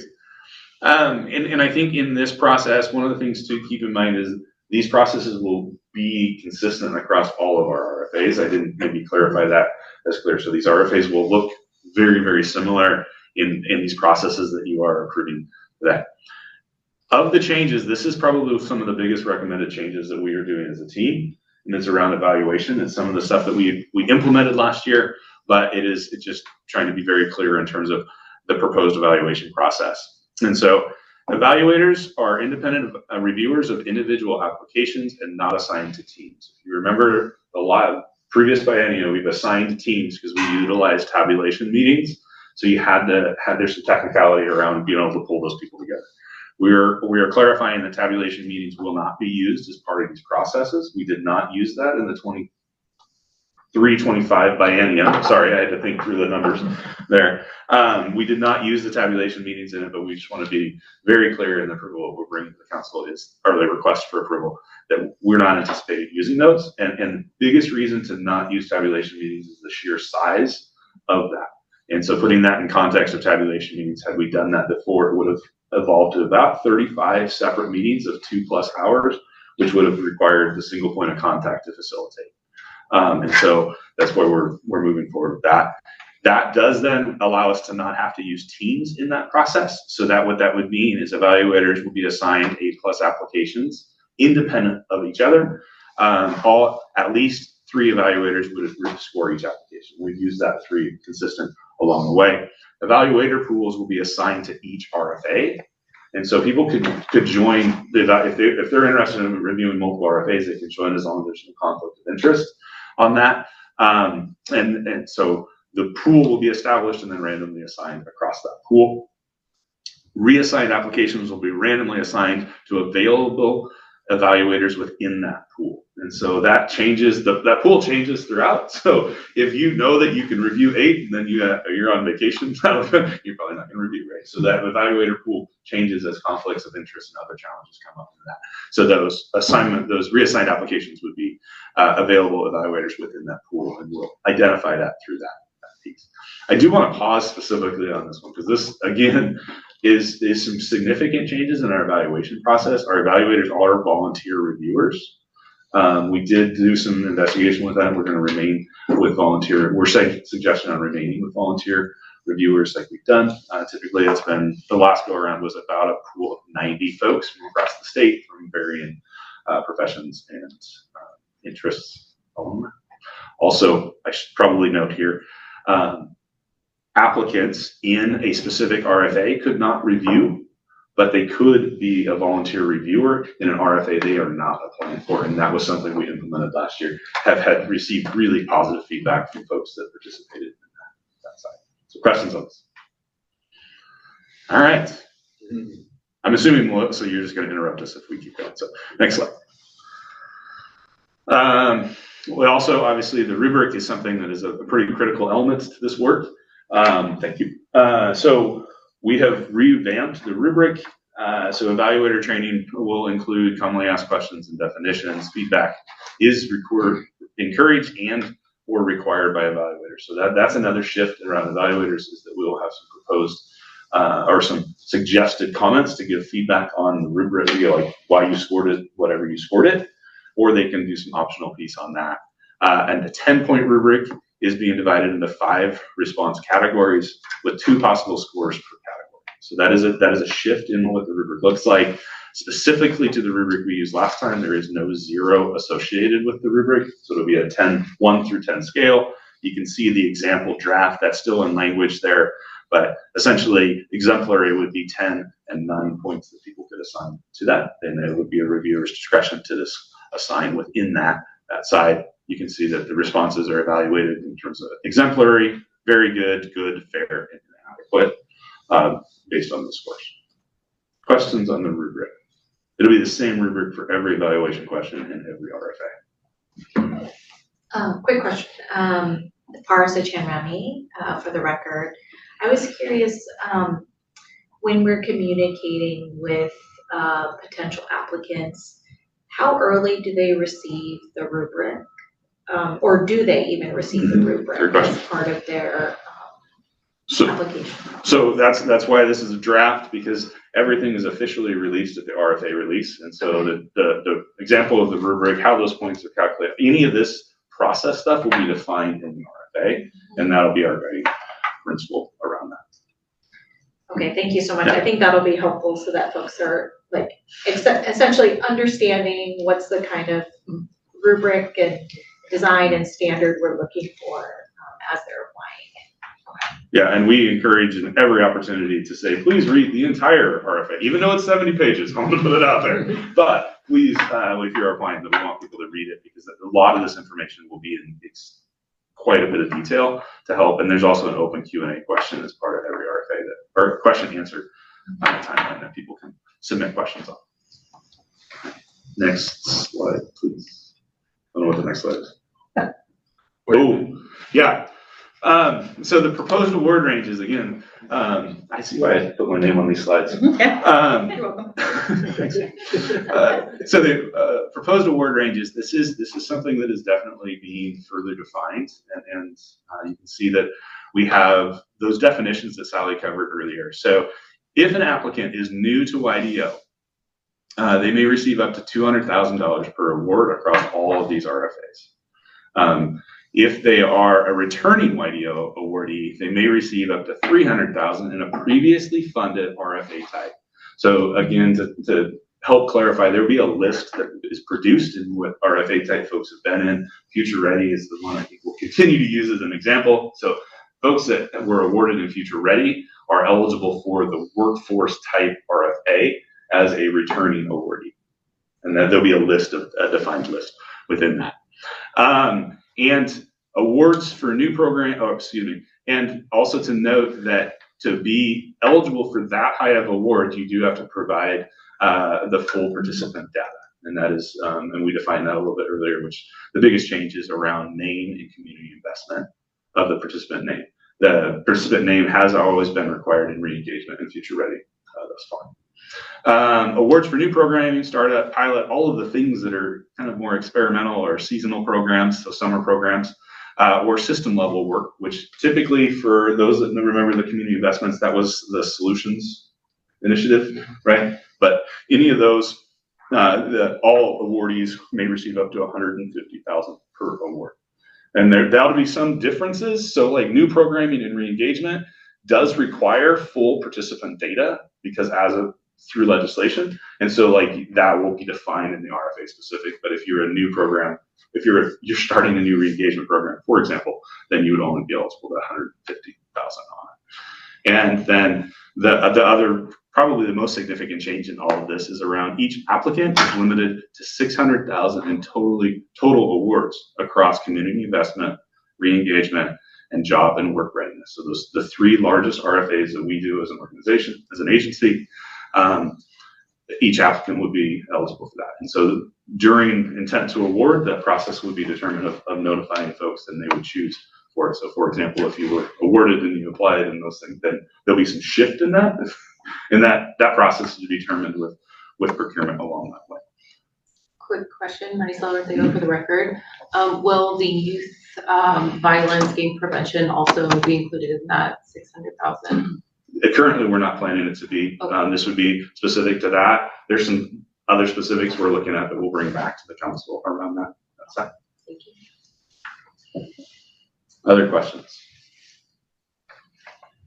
And then, real quick, Brian, Devin, I know we are behind time, so we're gonna keep us moving. I think we're gonna take a break after this, probably lunch. We'll move the juvenile. I want to get to the juvenile justice vote, so Melissa, just help us make sure we're maintaining quorum. But this has been time well spent. We don't want to just rush, but we are behind, so we're gonna keep moving. Go. Exactly. All right. Next slide. This one's. I was about to say, further complicating award and limits and whatnot. So in the past, we have used the regional solutions map, which you'll see there on the left. There are 11 regions in the state of Oregon. And so if you have this, that is a hot link to the regional solutions map. We've intentionally used the regional solutions map to better distribute funds across the state. That has successfully worked in the past. So we are continuing that, and it remains unchanged, would be the fastest way to say this.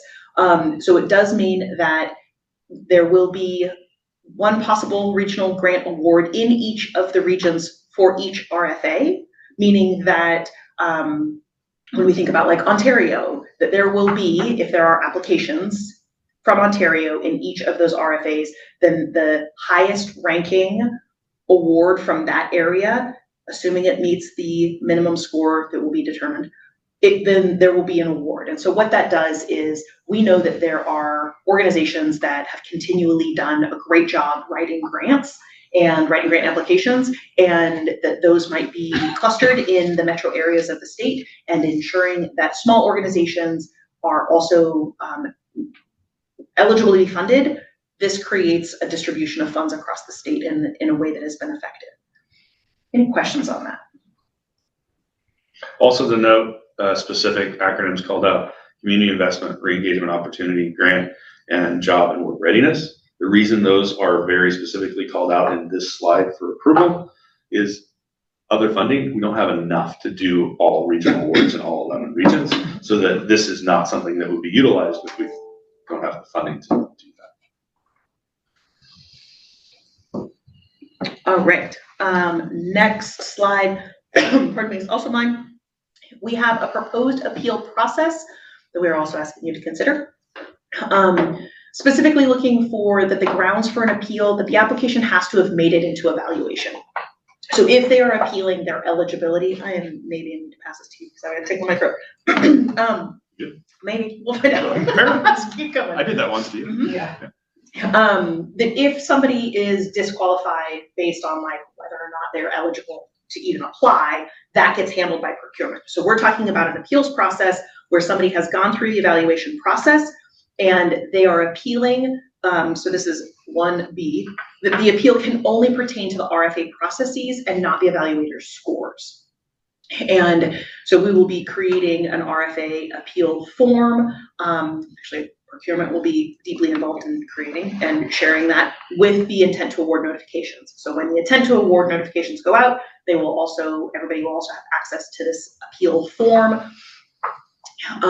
Folks will all be able to see, everyone who has applied will be able to see the score and the rank, and that'll be released with the intent to award. So it's anonymized by their SurveyMonkey Apply ID number. So they'll know themselves, but they wouldn't be able to identify others.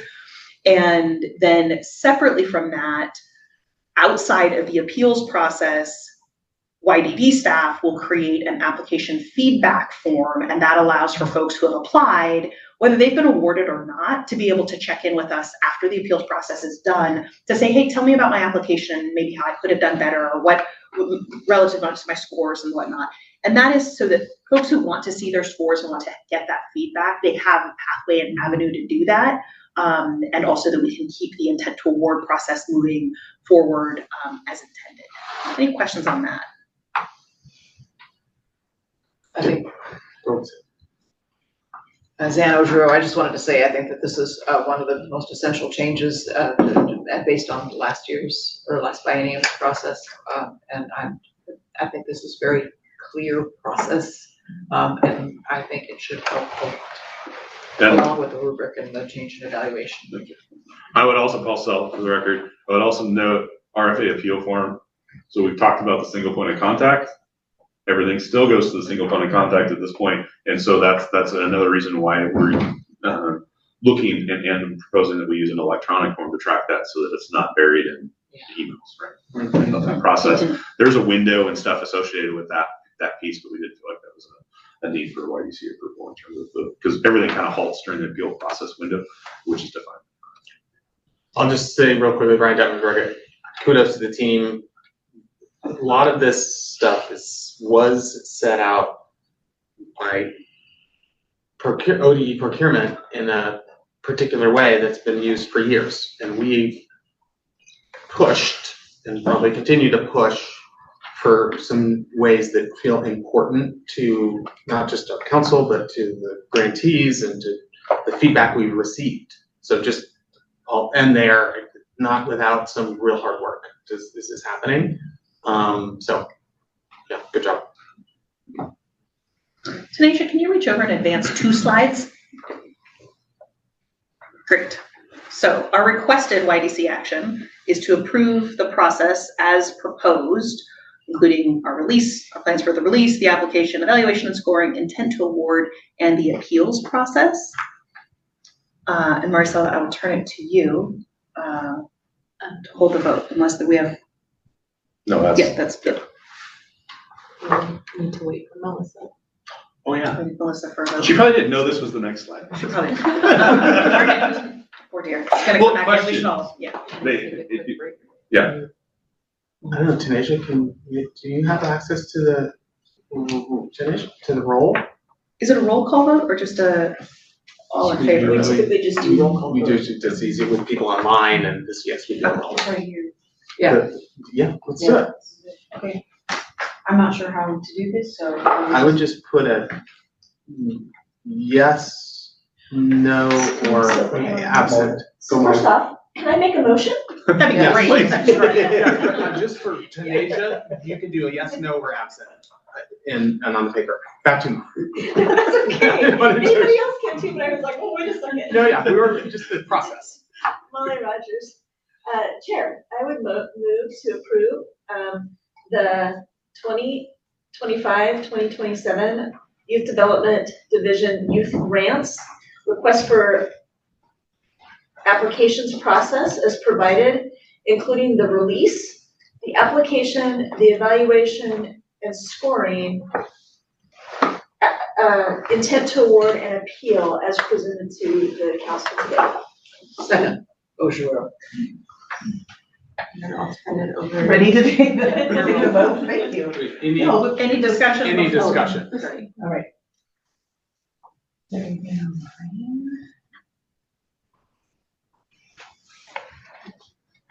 Okay. Ready for the vote?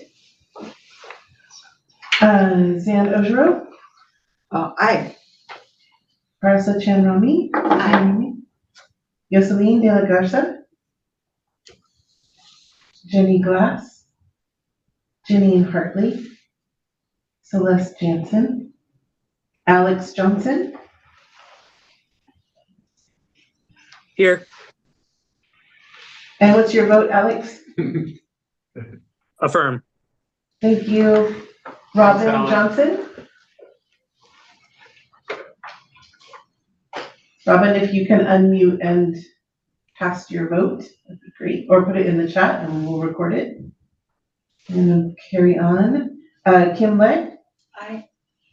Andy Leonard? Aye. Tabidi Lewis? Adrian Livingston? Christina McMahon? Maricela Ortega Guzman? Aye. Jeff Parker? Aye. Savannah Relatos? Aye. Molly Rogers? Yes. Diana Rojas? Andy Santana May? Janelle Theobald? Aye. Liz Thorne? I vote yes. Thank you. PB Wilson? And that is it. I will reach out to Robin separately because I think she might have had to step away. He's working close to lunch hour. And that would be the final, Robin would be the final vote to approve it. While you're doing that, Melissa, we can wrap up the kind of next steps if you pull up that presentation again. Just want to thank you, and we'll obviously wait to hear what that looks like. But to close out the kind of what this looks like, there is, and Kim, to some of your questions, if we go to the next slide, there's a lot to happen between now and when we get these releases. And we'll talk more about it as we go in. So obviously today is the start of our request for approval. We'll do that within it. We are now moving, if this is approved, we will move towards YDD community conversations, which is slated for the last 2 weeks in February. Late last night, it is not updated here, we will do another community conversation in Eastern Oregon the first week of March. Yeah, okay, I had to do my months in my head. But we are currently looking at 5 in-person events, 1 hybrid, and that would be in Medford, Eugene, Lincoln City, metro area, East Gresham area, and Redmond, as well as someplace in Eastern Oregon, most likely around the Pendleton area, which would be a hybrid option within that. It'll include a lot of information here, as well as our strategic plan. More to come later on that side. The published RFA materials are published on the YDO website. Also, information updates sent through that Youth Development Council announcements that will all be sent out and monitored within that. And then once an RFA is released, there will also be an additional information session that's specific to the RFA, and so we go into even more detail of all the requirements around that. Did I miss anything in that? So. Only that we will know.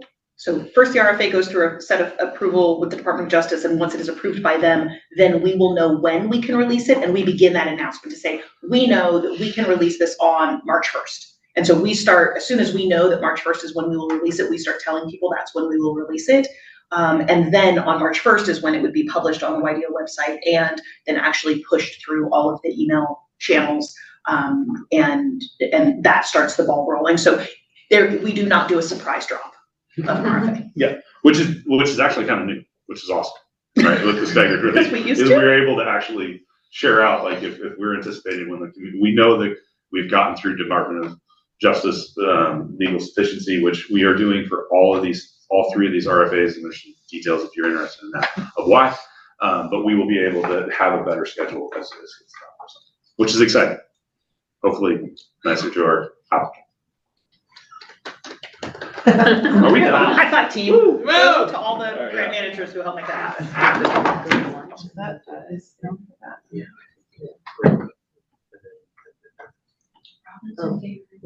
All right. For the record, this is Melissa Gallardo. For the record, Robin has voted in favor. So that's the final vote. Now we're official. Yeah. Thank you, Robin. Thank you, Robin. Thank you. All right, we are a little bit behind, but that's okay. We're gonna go ahead and skip our break. We're gonna grab lunch right now, so we're still gonna take a break, grab lunch, and then we will come back for the 30-day detention, which will be the first item on our working lunch. Okay, and what time are we resuming? What time do you want to do? Minutes. 12:02 right now. Can we do 12:10? 12:10? Okay. Like we were supposed to do. All right, I'm going to pause the recording. For the next item on the agenda, hi everybody online, we're gonna reconvene. And we're gonna begin with the 30-day detention program approval, and I'll go ahead and turn it over to our juvenile justice. So I can help. All right. People aren't all right, we gotta get started. And all right. yeah, those questions.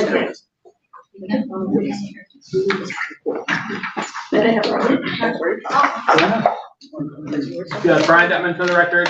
We're gonna get started. Might as well call this to order. So.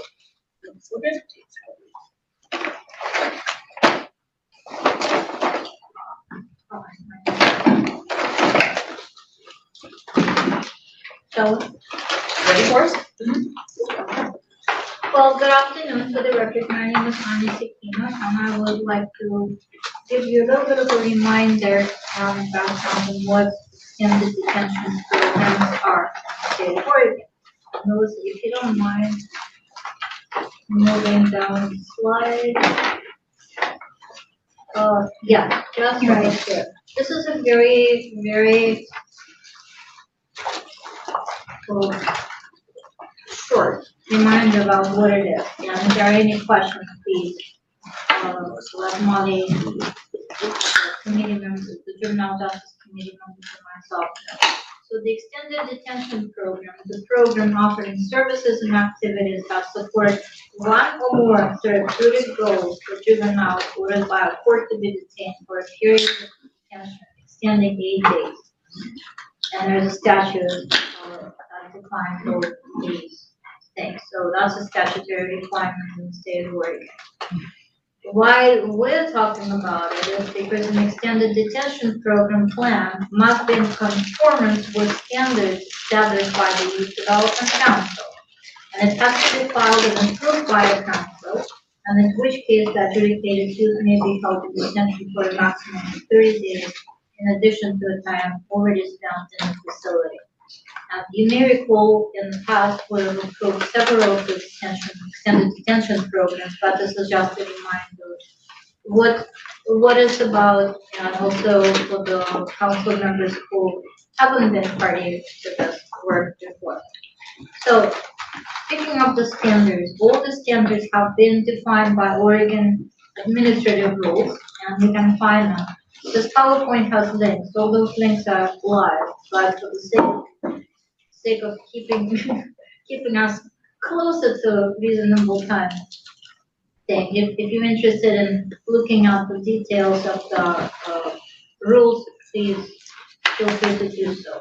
But the Juvenile Justice Committee members, of course, know those rules by heart, right? Of course we do. So the council must approve or deny an extended detention program plan within 120 days of receiving the plan. The division must issue written notice of the council's decision within 30 days of the council approving or denying the extended detention program. So the key here is you may approve or you don't have to approve, but if you don't approve the program, we must have a written explanation why it was not approved and what needs to happen in order for it to be approved if possible. If you don't mind, moving to the next slide.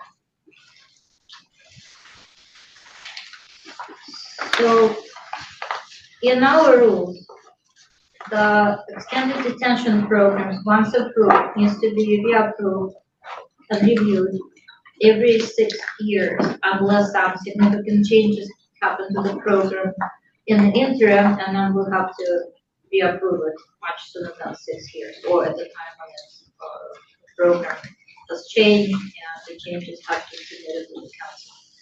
The council must reapprove the plan using the established criteria. Again, we're talking about the criteria that is defined in the administrative rules, and our application form follows every single bit of the administrative rules. So we're not asking for anything in the application for the extended detention program. That is not defined in the rules. Another criteria that is established in the rule is the division shall conduct an on-site visit of each facility that a supervising authority proposes an extended detention program plan to use for an extended detention program before the council and division may approve the plan. So the Juvenile Justice Committee has been assigned the role of reviewing the application, conducting a site visit, and then bringing their recommendation to the council. And that's what we are about to do today. And just so you to know, we have several approved extended detention programs in the state. So the newest approval happened for Deschutes County, and that was in September 2024. And several of you were part of the review or also part of the group who voted. If you were at that meeting in September, you voted aye because that will be unanimously approved program. Next on the list will be Lim County, because the latest approval was in 21 and Northwood in 21 as well. Douglas County was approved in 19, so which means that it will need to reapply in 2025, which is in a few weeks. Right? Yamhill County was last approved in 19, and they submitted the application in 24, but no. Josephine County 18, they submitted pre-application in 24, and we have one more county that just applied. That's not a recertification. This is the first time. So Lynn County, we're expecting to approve it, or just under the review, complete the review, get it ready for March approval in 25. But they just submitted the application literally a week ago. Now, so could you move to the next one, please? And this is, before the meeting, we sent out a summary of those applications from Josephine and Yamhill County. And right now here is just the timeline and what occurred. So Josephine County submitted application on July 26th. The application team review consisted of Molly, Sam, and myself. We conducted a site visit on October 30th. We shared our observations with the Juvenile Justice Committee on November 27th. The program summary is rated a GOLD program, which is really catchy. GOLD stands for Growth, Obstacles, Adversity, and Learning. And the program provides cognitive behavioral intervention to address risks, needs, and responsibility factors, thereby promoting rehabilitation and public safety. Assertive justice principles will be utilized to sort of meaningful outcomes of all involved parties. So that's a very, very, very, in a nutshell, description of what occurred and Molly, would you like to share our experience in visiting the program and just basically what we shared with the Juvenile Justice Committee? We also had another person viewing the site was a Laura Ward from Oregon Youth Authority. I didn't mention her here because she was not part of the YDC review, but she was there representing Oregon Youth Authority as Oregon Youth Authority also has a stake in our program as well, because they send kids there. Molly Rogers, council member. So yes, we did the site review. I think what we shared with the Juvenile Justice Subcommittee was that they had some great swag for their they really did for their program. Again, it's all of these programs are very small, and I just want to articulate that it's a very, very small programs in each of the detention facilities. But they have an assigned transition specialist that is dedicated to working with the youth who are in the GOLD program, and that was really that she spent time with us and explained the program to us, walked us through some of the work that they do, and Josephine County, again, all very small programs, and Josephine County contracts with other counties for their youth to participate in their program. And so they were able to share that information with us. So it came to the Juvenile Justice Subcommittee.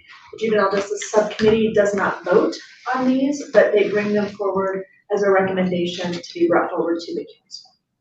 I'm not sure if you want to handle them both separately, or probably they need a separate vote for each one. So I'll pause for questions, and then as the chair of the subcommittee, I'll make the motion. Ojiro, were there any concerns or red flags or issues raised? So with the Josephine County, there were not. We walked through the application and they answered the questions directly to what the satisfaction of the group was. Actually, I've been around a long time, and I was impressed with the thought that they had put into the work of their new program. I mean, it's the same program, but they have done some updating to it. Thank you. This just comes out me. So, although Sam Cole is listed as the review team, he was not physically during the site visit, but he did submit a list of questions to the facility and they responded to his satisfaction. There were certification related questions.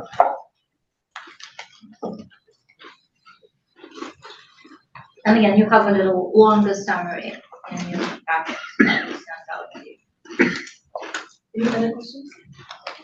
Chair, I move that the Youth Development Council approve the application for Josephine County's 30 days to the detention program.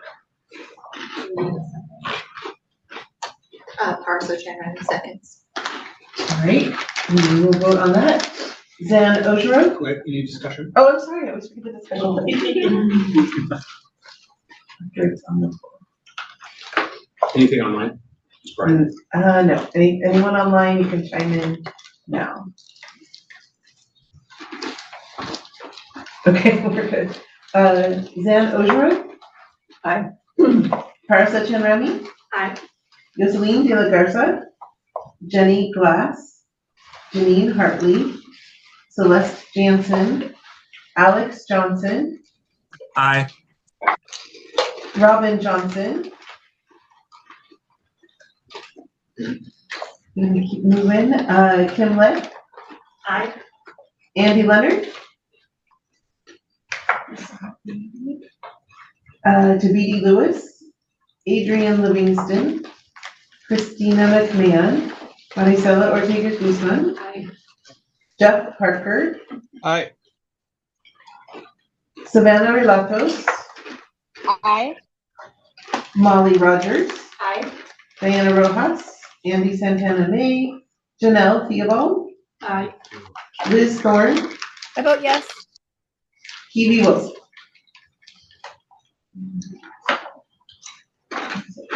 I will check with Robin in the chat and report back. Then we need Andy, I don't know where Andy went.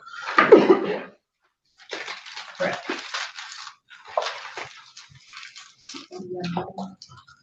So we'll move on to Yamhill County. So similarly, just what you haven't seen the slide is just very, very big timeline events.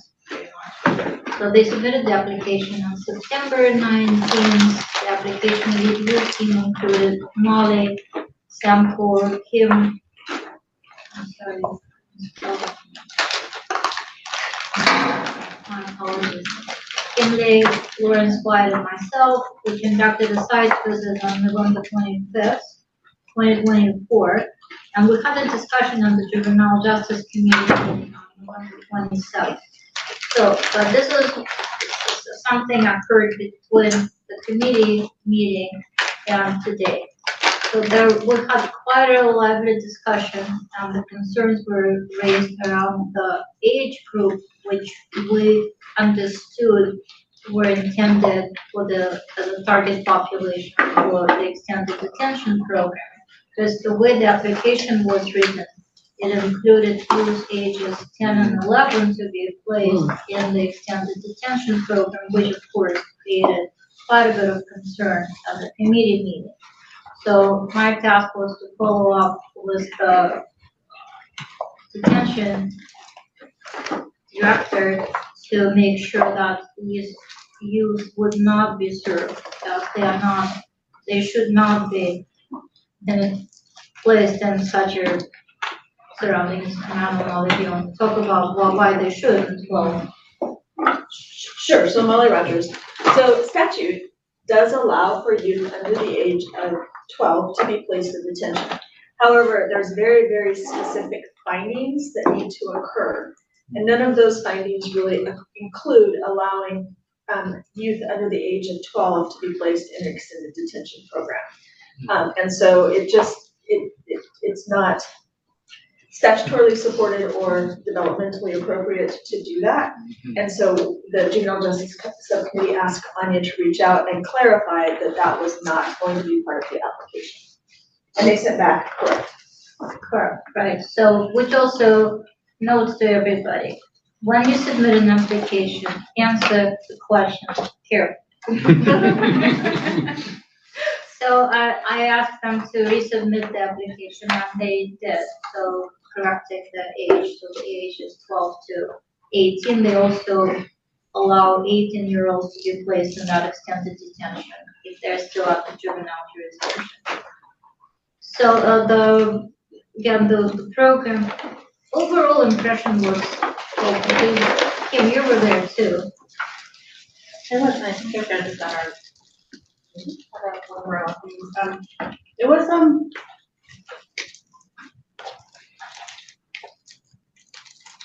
I think the word that comes to mind is sad. It was sad. I understand the need for it, and I understand that they are doing everything that they can.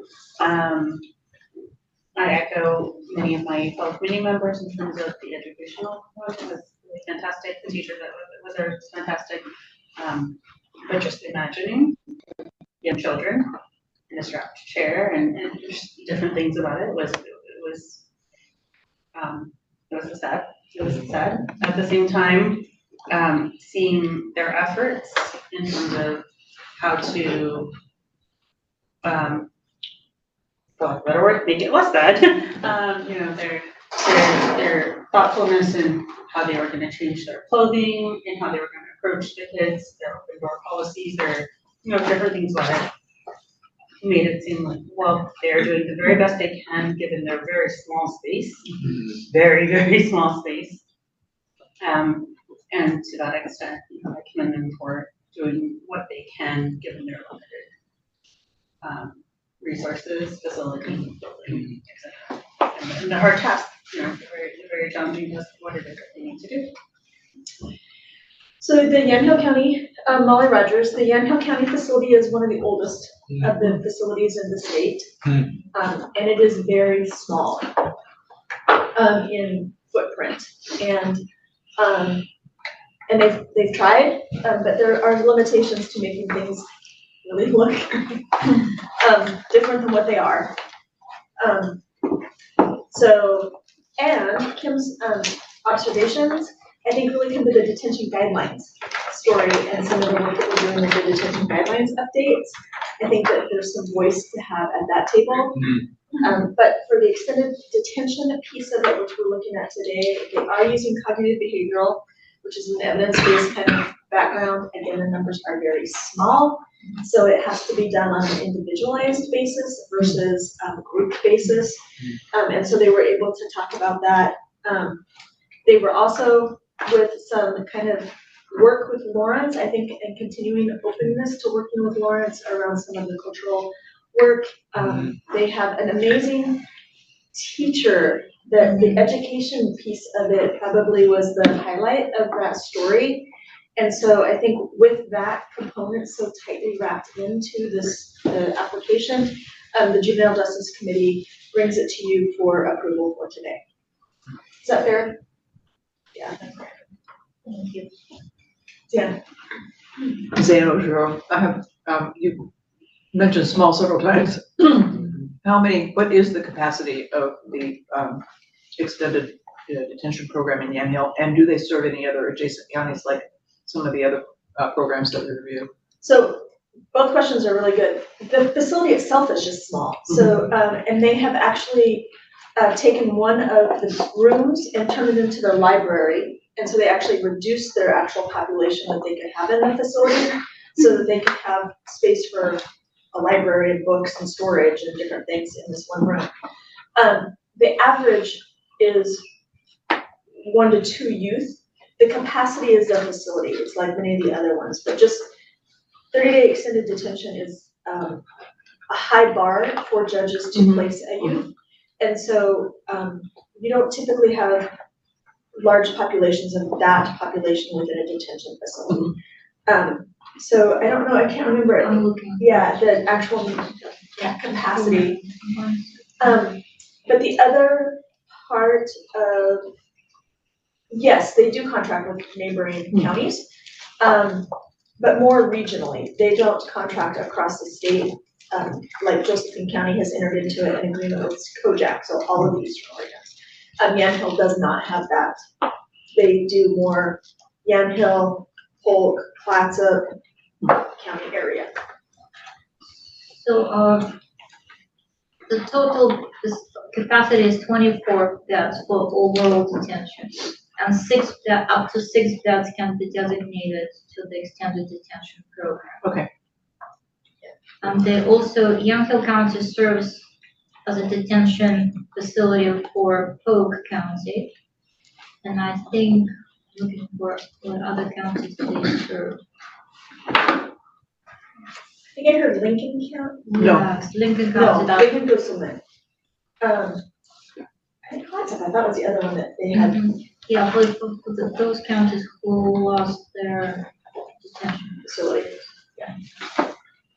Thank you. Any other questions? This is Melissa Gallardo. It looks like Jeff Parker has a question. Jeff, did you want to unmute?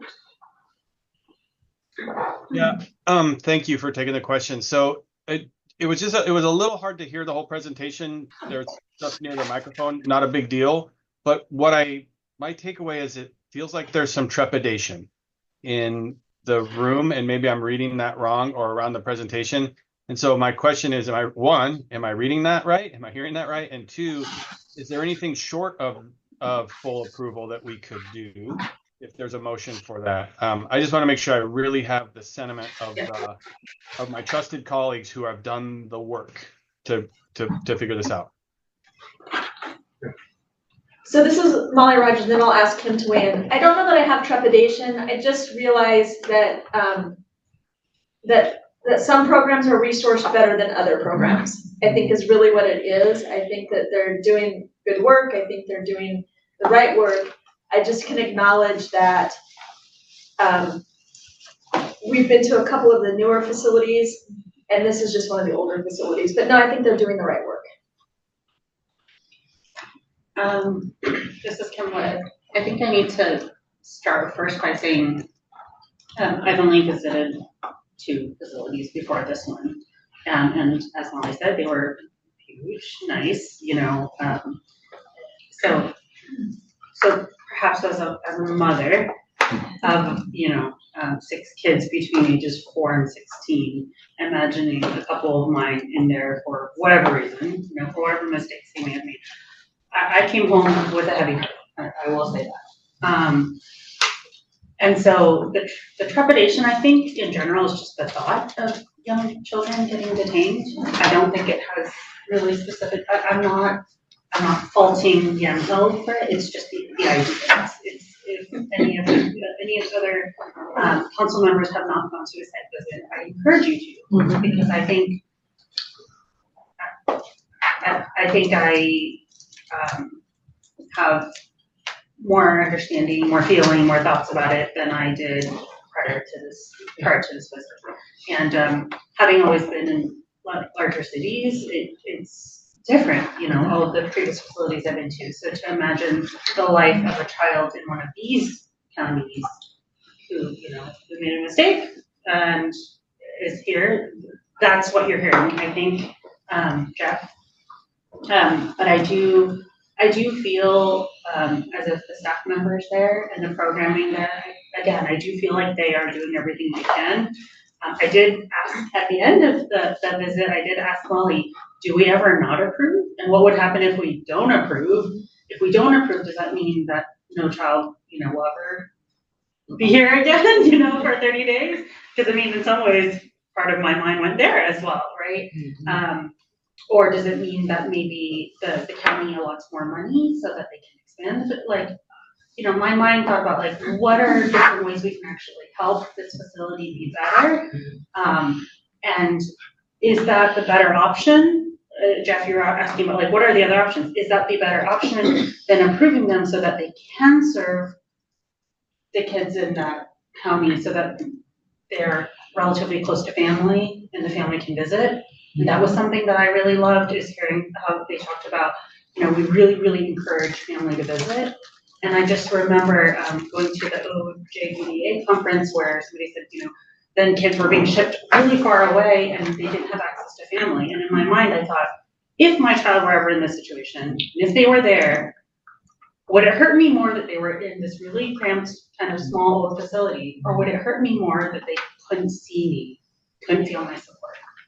And I think it would hurt me more if they lacked the latter. So for that reason, I'm recommending approval as well. Marisol Ordea here. Thank you all for going, and making sure that our guidelines are appropriate. And I'm just thinking at what, because it sounds like it's a double-edged sword, right? Like we want families to be able to easily access their youth and support them. And that's really, really important. But also, at what point do we consider facilities inadequate for providing the 30-day detention? Not to say that they are by any means, but what are, and this may be just like a question for myself, I need to go through the guidelines more, but like, what are those requirements for the facility itself, the infrastructure there? Because I'm thinking about things like recreation and having, ensuring that our youth are not bored. And that they're being stimulated.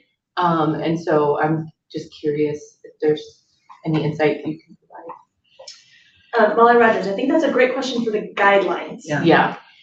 So the extended detention piece is really the programming piece, but I think you bring up a really interesting question for us to just kind of talk about in the guidelines piece. Does that make sense? Yeah. I had a quick question, Parsa Chanrami, for the record. In terms of when the guidelines are reviewed and updated, what does that sort of scope and sequence look like for folks who haven't participated in the review of that? Sure, so it's an ongoing process.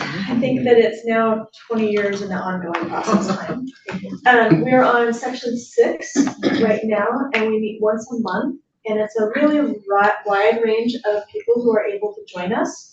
And if you're interested, we would love for anybody to join that committee to kind of walk through those. And so then the Juvenile Justice Subcommittee will pull and wrap them all up, and then they will come to us as the council for approval. So that is that particular process. Yeah. And this is the first time we've really had family input on the guidelines, which has been really helpful. Other questions?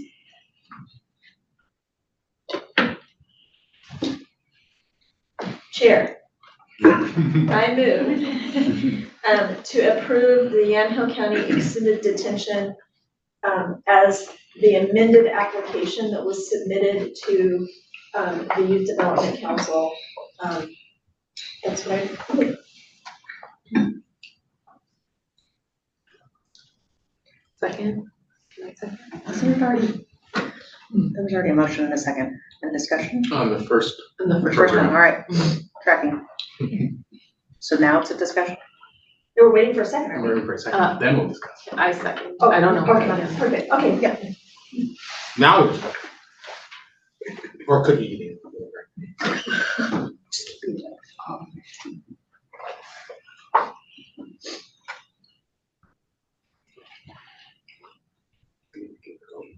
We can vote. Yeah.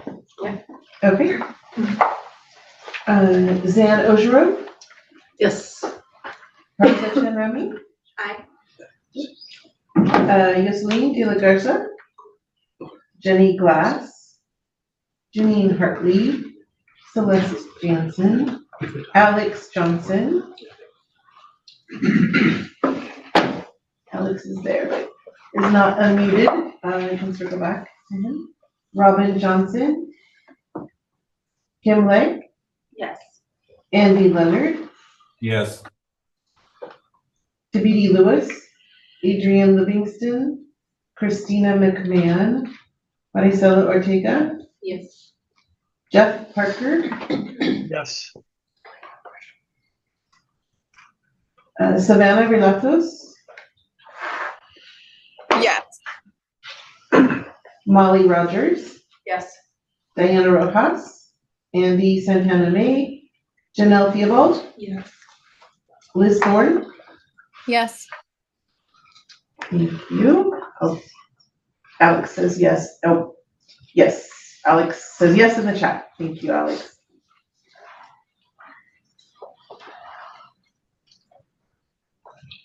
All right. Thank you. Thank you. We'll double check on quorum. I think we might need one more, but I imagine Melissa's messaging Robin and I sent her a text, so. And we will invite the next site review, we'll invite everybody to come with us. And thank you for just the insight from both of you on what the site visit was like, to just I feel like it paints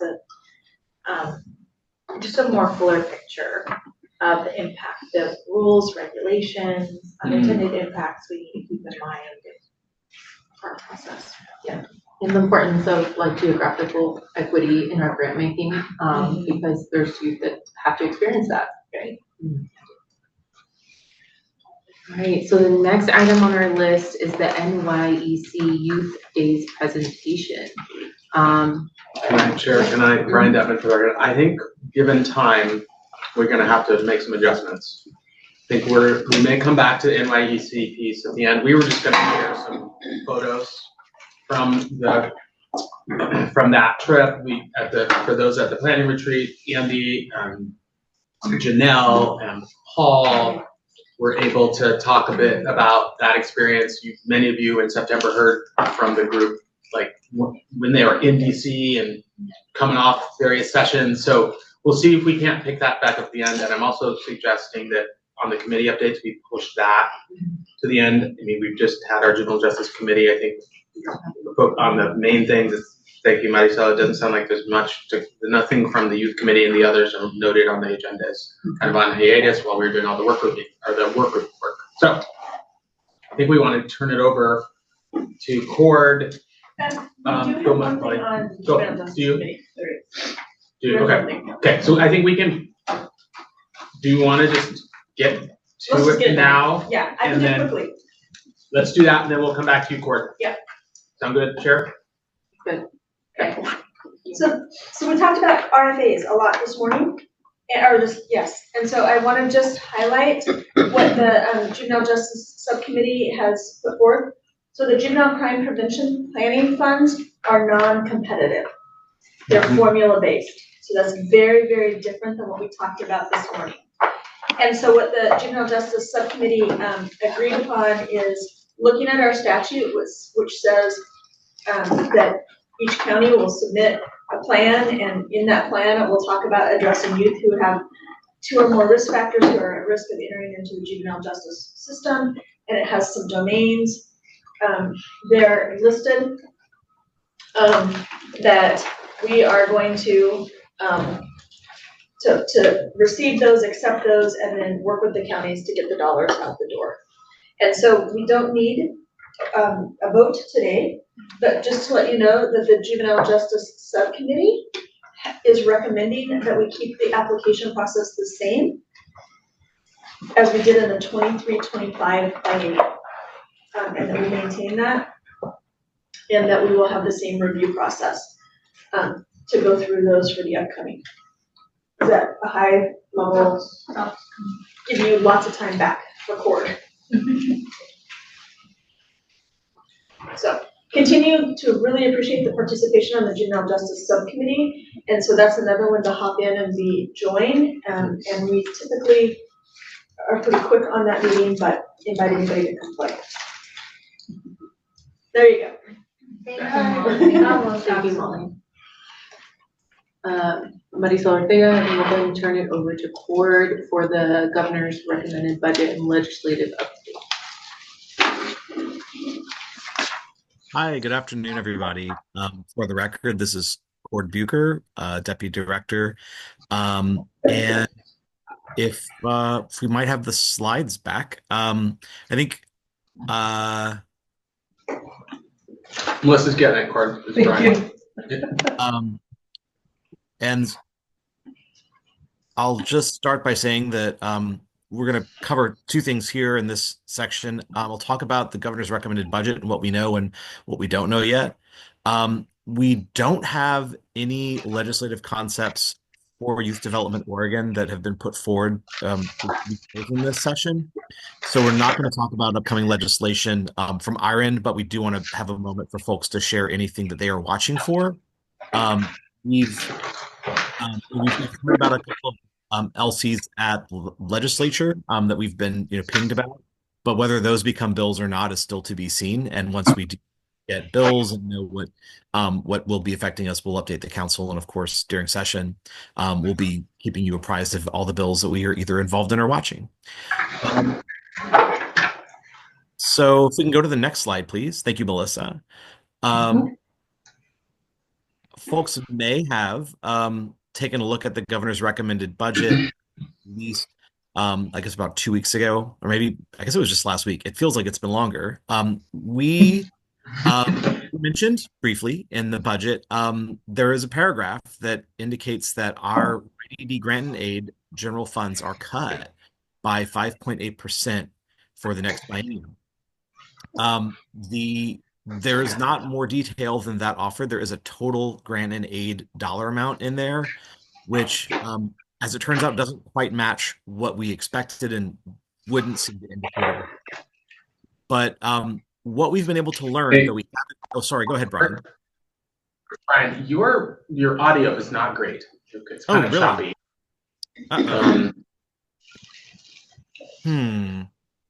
I can try and call in and do audio by phone if that would be helpful. Maybe turn off your camera. Let's try that. Yeah, sure. It sounds okay now, but I may stop you at some point, and maybe I can pick up the slides if it's just like it's a little choppy. Oh, sorry about that. But it sounds not better now. Any clearer? Sounds better. It sounds. Yeah, let's give it. Let's try. But you calling in or maybe I'll pick them up. Let's go. Let's keep going. All right. So the GRB does indicate a cut to grant and aid. We have not seen a detailed budget yet. Okay, I'll just check. It's getting bad again. Bad again. Okay, I'll call in. If Brian, if you want to take back up, I'll get in for audio here. I'll kind of hit some of these points and. I'll say maybe this is just a little bit of context. So, governor's budget did come out a couple of weeks ago. I thought about sending some kind of email to the council and just out to kind of update you, but we have some questions.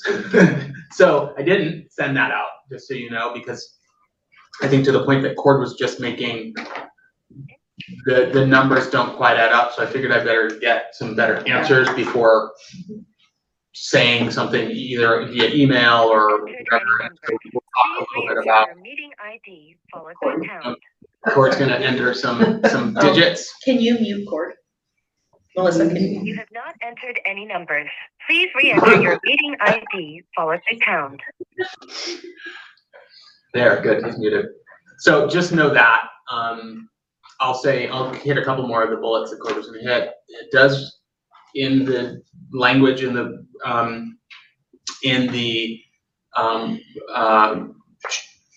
document, say reducing our general fund dollars, so it's not touching like our Student Success Act dollars or other Title 20 dollars, but specifically that 5.8% reduction does impact our community investment grants and our juvenile crime prevention funding. That 5.8, just so you know, is actually a percentage of our total budget, so our grant and aid and our operational budget.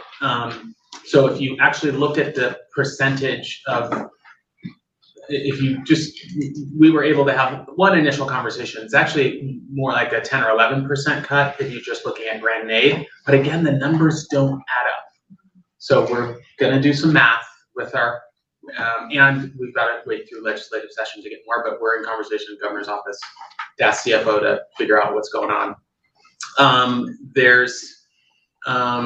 This is the point that Cord's like, they include some additional, there is more money than we had anticipated, even though it's represented as a cut. So we'll get to the bottom of that. No cuts to the SSA, Title 20, as I said. Our operational budget does include authority for a position. Our plan with that, assuming it makes it through the legislature, is to make the future ready position, which Sally holds, a permanent position. It was a limited, or is a limited duration position. We will make it a permanent position, and there will be a open competitive process to fill that role. But know that the budget does include dollars for us to create a permanent position, and we are excited about having that position support the workforce, the work and workforce related readiness work, some of our youth engagement work, and so that's some good news. And then again, to this last bullet point, awaiting some additional budget breakdown so we can understand some of the inconsistencies that we are seeing in the numbers. And we've had some initial conversations, and we'll get to the bottom of it. Cord, do you want to pick up? You're muted. The phone's muted in this case. Maybe Tanasia or Molly, I can't hear Cord, but he's probably on his phone.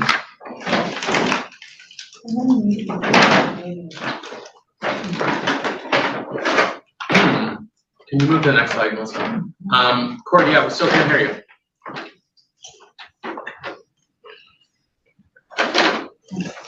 Phone, is your phone muted? There. No? Will, while we're sorting out the technical difficulties, this is the moment where oh my, you can mute Cord here. Yeah, the joys of hybrid and online meetings. That's right.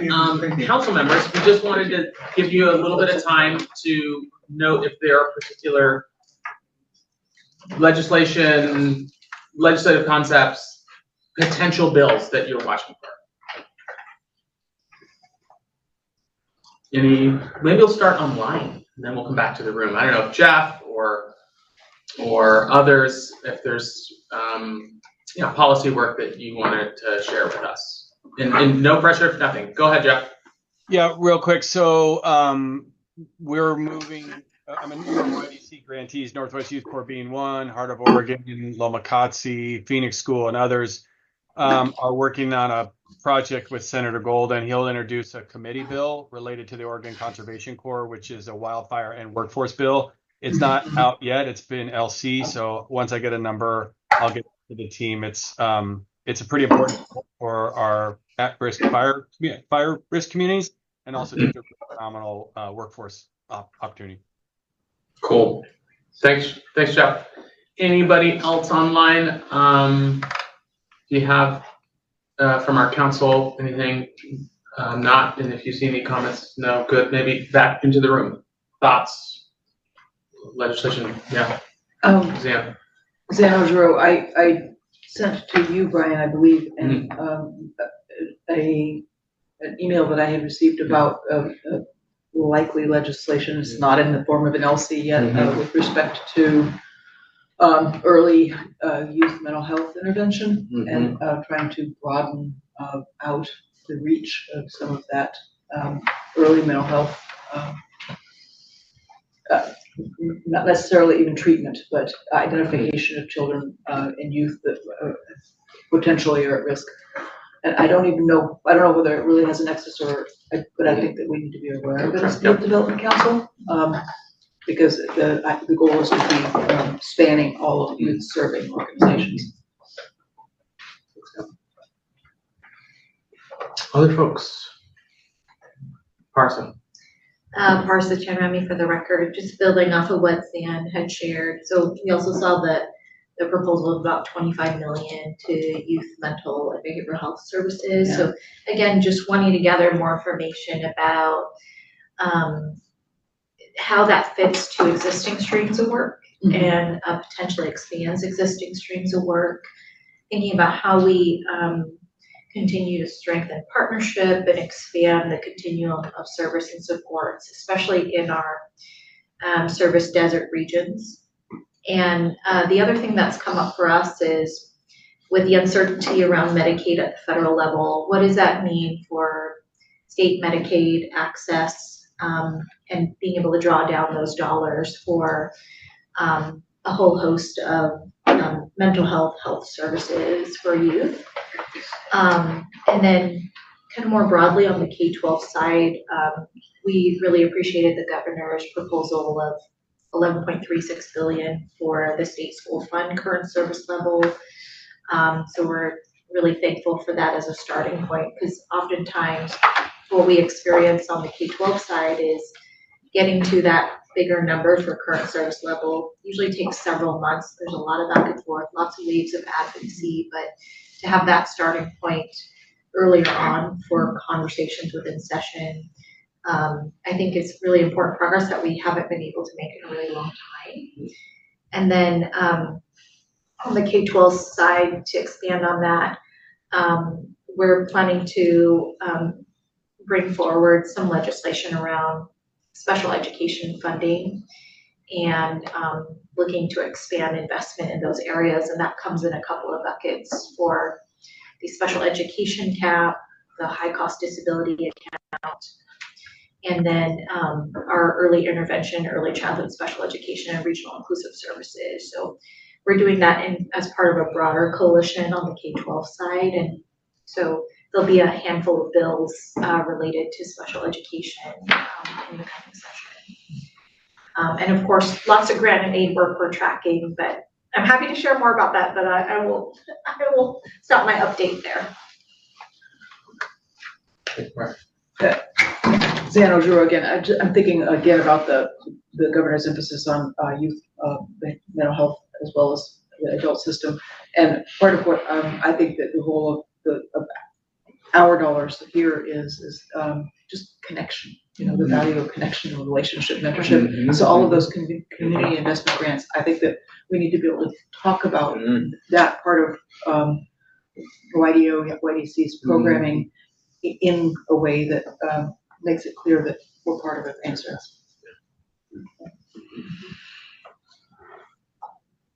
This is Melissa Gallardo. There was a comment from Council Member Liz Thorne online. Can you read her comment? Or Liz, if you are able to unmute and you want to share, you can, or we can read it aloud. No, I can unmute. Thanks for sharing, everybody. I think when you asked that, Brian, I was like, I have no specific bills I'm watching, but certainly like Teresa had named, just watching the education funding, and then certainly anything related to youth mental health. And I think a lot of my understanding anyway of the $25 million is indeed expanding current work, but similar questions there as well.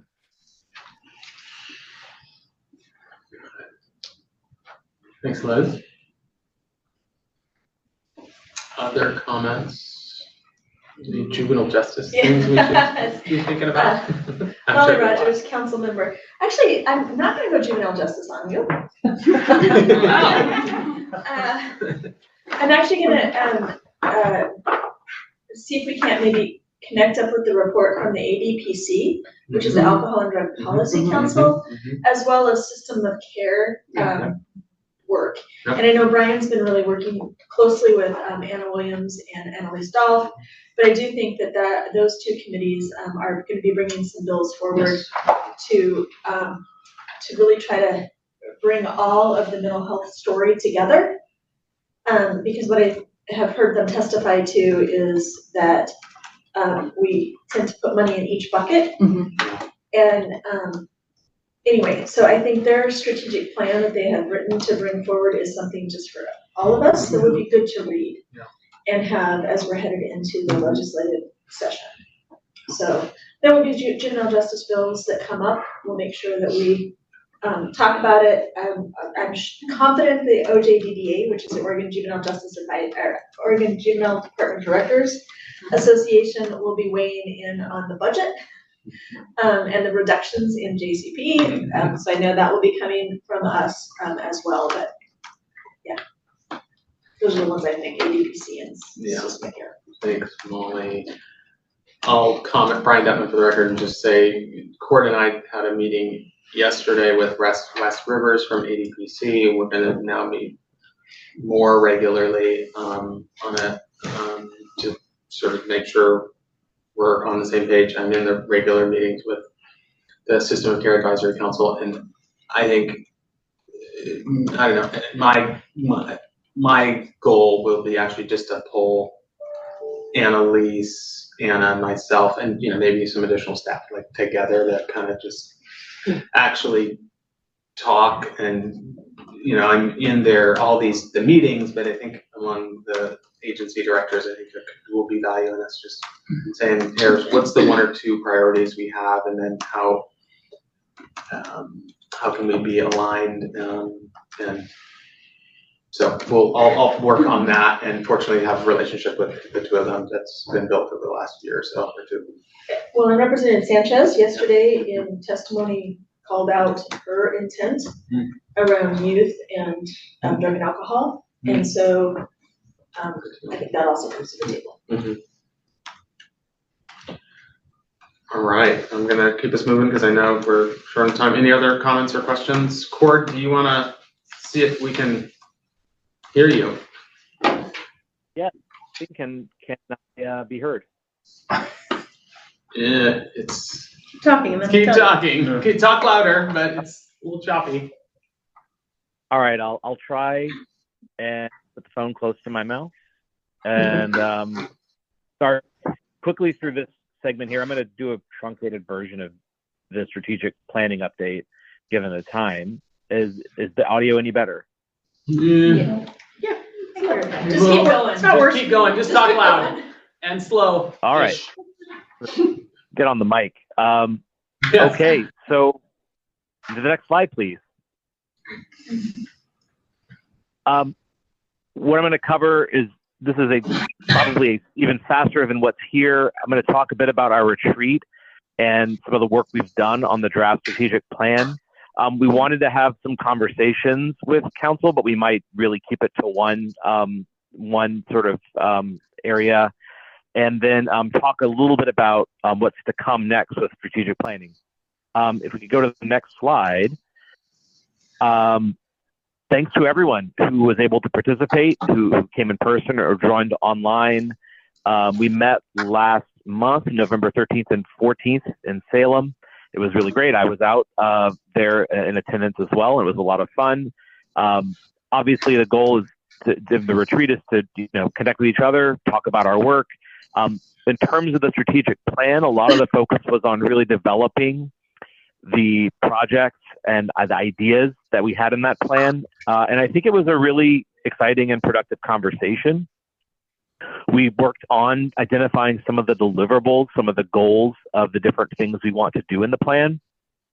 And I think what I'm going to try to talk about today is really the last part. The way we ended the retreat was by having everyone identify the project or two from each of the strategic plan strategies that they would prioritize. So in a slide coming up, we'll talk about, there's 8 strategies in the plan. That's really the structure of the plan. I will say that we'll share more robust information and follow up with a new updated draft of the plan so you can dig into it and see the latest iteration. But what I want to share, because I think it's kind of exciting, is that what we tried to do, and I think succeeded in doing, was identifying a handful of projects identified in the plan that we want to start with and really begin the work with. There are a few things that we identified now a year ago when we first started this process that are already underway. And so if something is already happening, it's not one of these priorities because it's already happening. So we're not going to, I love to put something on my to-do list and then check it off immediately, but we're not doing that. So these 12 things, these are all things that have not yet begun. And the goal was to identify 12. We got this idea from OIA, who really picked a dozen things from their plan to focus on to get it rolling. And we actually identified 11. Everyone really played the game well, and we didn't come up with too many priorities. And so we actually have room for one more that might emerge as we continue working on this and engaging community on the plan. So if we could go to maybe 3 slides from now, I'm going to skip ahead a little bit. That one there, 8 strategies. So for folks who have not had a chance to look at it or haven't seen it lately, the 3 imperatives are still there. Those are really overarching goals or themes to this plan. But what we've done is broken our strategic plan into these 8 strategies you can see here. And the work we did at the retreat was really to take each of these and unpack all the different projects, the different individual actions that make each of these strategies up. So you can see a lot of different areas of our work represented here, things that focus on the council, on the staff, on our grantees, on different systems. And within each of these, we've identified one or maybe two specific projects that will get the ball rolling and help us to get things underway. I think if we go to the next slide, thank you. These are those priority projects. So rather than read these out, I wanted to invite folks who were part of the retreat and maybe help to identify these. If you would, council members, just chime in if there's one that you want to talk about and why it was exciting for you, why you felt it was something that we really need to move quickly on. And I'll open the floor back up to the council.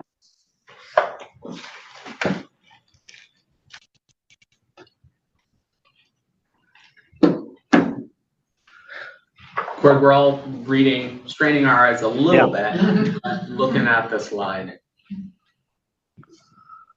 And Cord, I know since we're trying to move on, if there's more general comments too on just the retreat, we welcome those too, because again, really appreciate everybody showing up. But if there was any general comment you want to don't hesitate to chime in.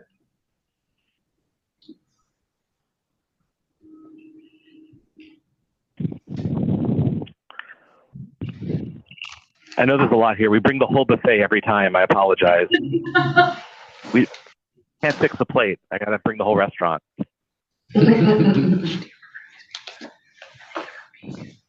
Marisol Ortega here. The one that stands out to me right away, and again, it's kind of hard for me to see, but is number 6, study analysis on communities affected by gun violence. That one, I think, is especially as we are creating this new grant track. I think that one that pops out as a priority, like a bigger priority than maybe where it's at on the list. Perhaps. Cord, maybe I'll ask this. I don't think that these are, and maybe you said this, in any particular, like, we're going to start with one. They're not like ranked or sequential. I think they're just, we wanted to get to 11 or 12, and we're telling you there are 11. I think we'll need to do some work to say which thing, what we start with, or what 2 or 3 things. So I don't see it as like, 3 and 4 are more important than 6 or the one you mentioned. Yeah, thank you, Brian. Yeah, one of the next projects is reordering a lot of the planned contents to be more chronological now that we've started to build in time-based goals for a lot of the work. And this, as Brian noted, this is just the order that these things emerged in the conversation, but not order of priority. And also, just clarification, Marcelo, I heard that you think that is an important priority as we develop the RFA for the youth violence. Okay. Just wanted to clarify and make sure that was in the space of an important element to that work. Yeah, and that's exactly right. I was just thinking of like where are the gaps? And that's like what it says in that question, where are the gaps and how can we help fill those gaps here? I know that there are organizations in Oregon that are part of like a national coalition, and they're doing some work around the United States. And so I think that that's work that we can learn from too. Thank you. Thank you for the clarification.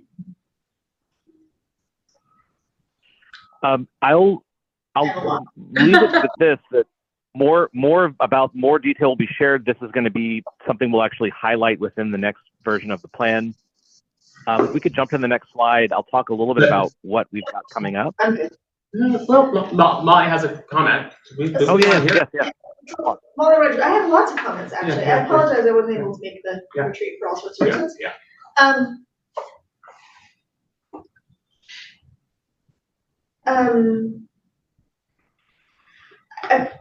These seem all to be kind of us oriented. And I guess I was thinking more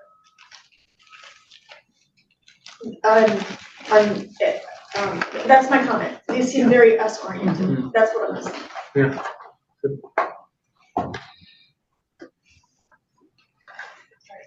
Like, we're gonna do guests in our meetings, and we're gonna do training for ourselves, and we're gonna participate in activities, and we're gonna, rather than doing actions out, it's, we're gonna bring people to us to talk to us, and so it doesn't feel as outward, it feels more internal.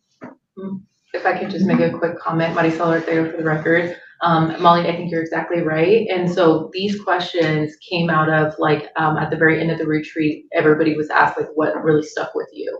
You know, and I think that that's why a lot of the external facing work that needs to be done, for me personally, it felt very overwhelming. It felt so big that, like, for example, the cross-agency, like interconnectedness that needs to happen for things to work efficiently.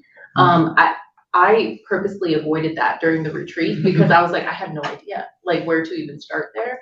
And so I totally agree with your comment, and also maybe there's an opportunity for us to kind of go back a little bit and look at some of those and maybe pick out a few that feel like we can actually make a big impact there. Like some of them, if they feel well beyond our reach, you know, but then there are others that perhaps we can just make more of an impact. Perfect. And I want to comment on that as well. Xana, I had the same reaction looking at this list, but you have to also remember that we jumped into priority projects and we're not looking at the categories that they were originally in.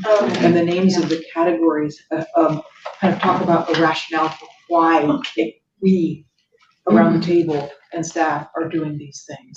So I think that that's part of the reason it looks that way too. And the other thing I want to mention is that one of the biggest things that we've been doing and will be doing in terms of that outward work is completely revamping the RFA process, but it's not included because it's underway. So there's some context there that I think, but I hear you, and I think we have to be really careful about how we frame this and how we talk about it, and that it's not for us, it's for all of those youth out there. Yeah. So absolutely, that like the RFA process and all that work that just got done, I didn't see, like making grant it was there. It was, I just wasn't there, right, so perfect, thanks. Ms. Kimball, I will point out number 4, which I think it was mostly Paul and me were both for impact briefs highlighting YDO program success stories. And I think at the very end, I offered to say, hey, I'm good with Canva and I'm gonna offer it again. I'm happy to help with this. But I think the idea behind that was really helping legislators, potential ambassadors, partners to really understand the work that we do, and hopefully along with that, that we would see more support both in terms of funding, both in terms, and other things. And so that I think is maybe one of the ones that are more outside outward, but we will have to do the legwork to make it go. Great, yeah, that helps. Context helps. That's why we do this. Yeah. Cord, do you want to jump in? Keep us moving. Sure. Yeah, I'll say I appreciate all of that. I think that raises a great point, Molly, and I think these are 12 or 11 things out of a little over 60 that make up the plan, including some work that's underway. But I think what we'll see next, if we go to the next slide, is that I'll be sharing out. Sorry, if we can. Next slide after that. Sharing out a new version of this of the draft plan with everything intact, including these highlights as well as additional context. I think I don't have it on here, but I'm hoping by early mid-January that we'll actually have a page on our website where we can host our strategic planning material. So we'll have the latest draft up. We'll have a way for folks to actually share feedback with us. We'll have some of the additional materials that we've shared in previous council presentations.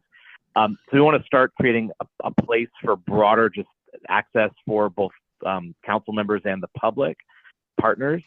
In February, as Paul mentioned, we have a set of community conversations. So we're going to have this all out in the world ahead of that. And we want to highlight elements of the plan and get feedback as part of those community meetings. In the spring, we plan to continue sharing this and getting input.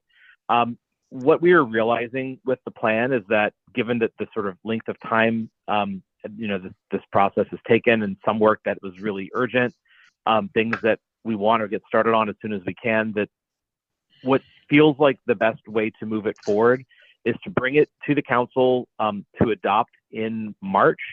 And by adoption, essentially, the council would vote to say, like, yes, this plan as it exists is something we want to begin work on. We want the division to get to it, but also noting that it would be what I'm calling a living plan, and we want to continue to share it, engage, socialize this work, and hear back and get feedback, and not say this plan is in stone and this is the only things we'll do and nothing else can be done to it, but really acknowledge that as the work begins, we need to sort of both, invest in what we're starting, but also continue to allow for it to get refined through sharing it with all the folks that are impacted by it. So in the spring and summer, we'll be continuing engagement, and essentially, we plan in June to come back to the council and sort of provide kind of a full account of what we've heard, what we've learned, and ideally what we've been able to start in implementation and how we're going to be implementing the plan. And thinking through just like how we track the progress on this one is something we're also doing. So the goal again is to come back in March, and between now and March to give you a lot of opportunity to really dig into the contents of the plan, to provide more of this really helpful feedback and recommendations, and then to begin some of the work while also continuing to develop the plan more fully. And with that, I think that's the end of this section, and any other comments, questions from folks we welcome.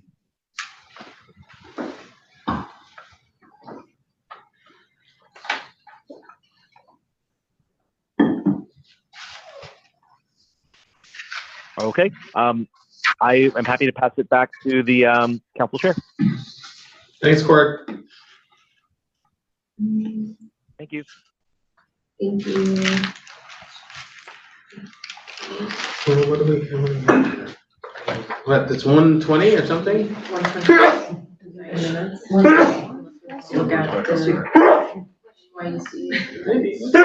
Bless you. Hi, everybody. Paul, you want to show us a little NYEC? Maybe we can Sure.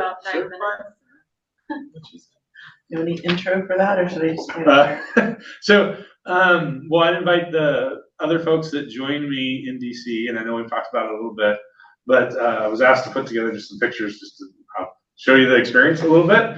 And it took me back a little bit because I tried to add some music to it. We'll see if it works. It felt weird to just show pictures without music, so you created a video. Sort of. Work. We'll see. Great. No, this is like the most nervous I've been all day. We're gonna check your videographer skills. It's weird on my screen because I have stuff blocking my controls. Where's our music? Did you mute? No. Then you have to, you'll have to play it. Uh-oh. Hang on. Well, okay, I'm gonna say, maybe those who don't know, maybe we're gonna have to rewind. Janine Hartley is moving out of state. So if you were like, where's Janine? I just saw this wonderful picture of Janine. So Janine's not here, but I think she's actually already moved out of state. So she's not gonna be involved, but we will wish her all the best. Now, Minnesota, I think she's in Minnesota. So we have asked her colleague, Melody, yes, about potential council involvement and maybe along with a young person, because Melody works directly with young people in the re-engagement work. So we're working on that, and we gotta connect with Melody's got a lot going on with just being a GED teacher and being doing a bunch of stuff. So we're working on some replacement, ideally from that, maybe a couple additions. But that's the update on Janine. That's why you don't see her. But you can see her in photos. Good. All right, Amy, how's the? Let's try again. It played in our It played in the test run. testing it. Great testing at this time. Yeah, we heard his voice. Yeah, there's remember how I made it play? I thought it was just a slideshow. Should just be able to do slideshow and I'll go. Mm-hmm. There's no audio. Oh. There's no volume. There's pictures of us. There you go. You were there. Yeah. Look at that. That work you did with the audio. It's all good.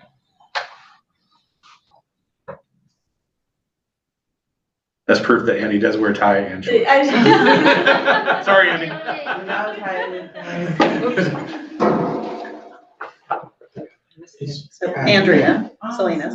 Mm-hmm. That's fun. Yeah, there's no end. Oh, Suzanne Bonamici. that's what I get for not having anything to prove this. So a little bit about the conference and some of those pictures that you see. They had 3 panelists, I think, that came and spoke from different groups, and the room was like half full of, I would say, people half my age.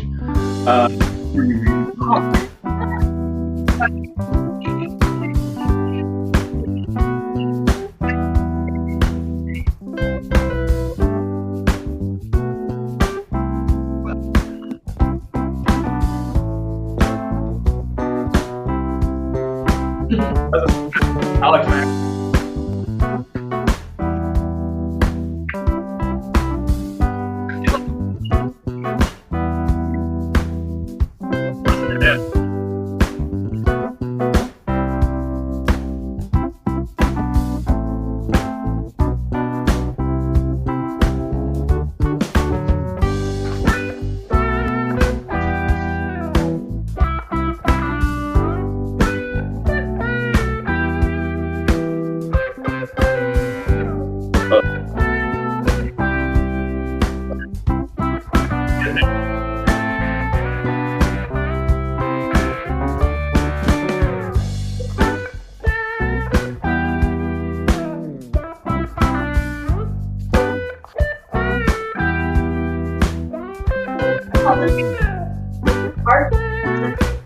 No.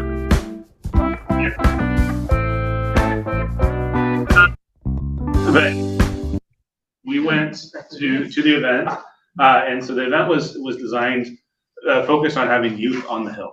And so we did some virtual trainings leading up to it. It was about an hour and a half to 2 hour virtual training, the NYEC National Youth Education Employment Coalition. Yeah, NYEC, that they led and presented, and for anybody that was going. So it was adults, it was the young people that were there about what to expect on the Hill. And then when we got there was a reception in the evening. Janelle participated in the reception around the youth. All the older people were kicked out, which is pretty cool. I don't know what happened there. And then in the morning before we went to the Hill, we had a couple panelists that talked about what the impact was around it. WIOA was kind of the major focus of that time. And then we had a reception in the evening or in the afternoon after being up there. And then the following day we had another panelist or 2 that came in and spoke. And then a couple, I don't remember the names right offhand, I have to go back and look at the agenda, but some pretty big names of folks working in that area at the national level. And so it was pretty cool to see them wanting to come and engage with it. And like I said, I definitely was not anywhere close to the youngest person in the room. And it was a large amount of, I'd say, young people in their upper teens, early 20s that were engaging. And what was so cool is to see people interested in that. And that final day, then also we had a little bit of time to talk about how to take next action steps around keeping the policy advocacy alive in terms of their roles and opportunities. So I think it was a really well done opportunity, in my opinion. And it's something that we want to continue to engage in and expand on. We saw 3 representatives, or three folks, policymakers. We met with their staff. We didn't meet with anybody specifically. I don't know. I like the people that actually did the work. I just kind of was along for the ride. You know, how was the user reception? Were there any like topic points that stood out to you? Yeah, it was just like kind of cool getting to, I mean, just meet some of the other youth who also, from all over the country, but it was kind of like similar issues, similar things they care about. I don't know, I just thought that was cool. I don't know if Alex or Andy are still online. Yeah, Alex Johnson speaking for the record. I really enjoyed it. It was my first time in DC, so it was really cool to get to experience that. But then also getting to really advocate and bring in like not just my own like personal story, but the story of Oregon to these policymakers was super cool. It was a really great opportunity, and I think we did great work because I believe I saw that WIOA is working its way to be reauthorized. So it made some headway there, and I thought it was a really good opportunity to meet with the board because it was the first time I like had met any of the board people in person. So it was nice to also get that networking opportunity in. Thank you, Alex. Yeah, thank you. Is Savannah on? I am, and I just put 2 photos in the chat, one of the scooters, of course. I didn't take very many photos. I think most everyone else had the photos on their phone. So, but it was just such a cool experience. We had a ton of fun and really got to know each other. And yeah, it was really the first time that we all met each other, but it was just a really awesome experience. And I realized, I was like, man, I did not consider that we wouldn't actually meet with the people. I don't know. I was like, of course they'll meet with me. And then when somebody else came at the first time, I was like, whoa, okay. But it was super, super cool. An awesome experience. Thank you, so I can share these photos. Andy is also. Yeah, Andy wants to. Yeah, it was a great experience for me. I've never been over to Washington D.C. before, but we kind of just we kind of introduced them, and then they did their own job, and we're very proud of what they did. We kind of did the outline for them. Paul did a lot of the talking, and then we just kind of gave the reins to Janelle and Alex, and they kind of did their thing over there. So I was very proud of them. I was my first time being over there and sightseeing and everything. And like they said, that was the first time we all met together. So, but it was only for like 2 to 3 days. So it was kind of here, go, walk here, go there, be there by the time we got to get over there. And it was like Janelle said, it was very hot, huh, Janelle? Yeah. Honestly, I think the worst part was the mosquitoes. Oh. No, but the conversations were good. I mean, even getting to know like my fellow council members better, but also the conversations on Capitol Hill, I think, they were very receptive. They asked a lot of questions. I think they really wanted to understand.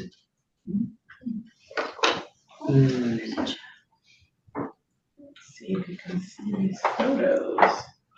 Oh, they're all blocked out.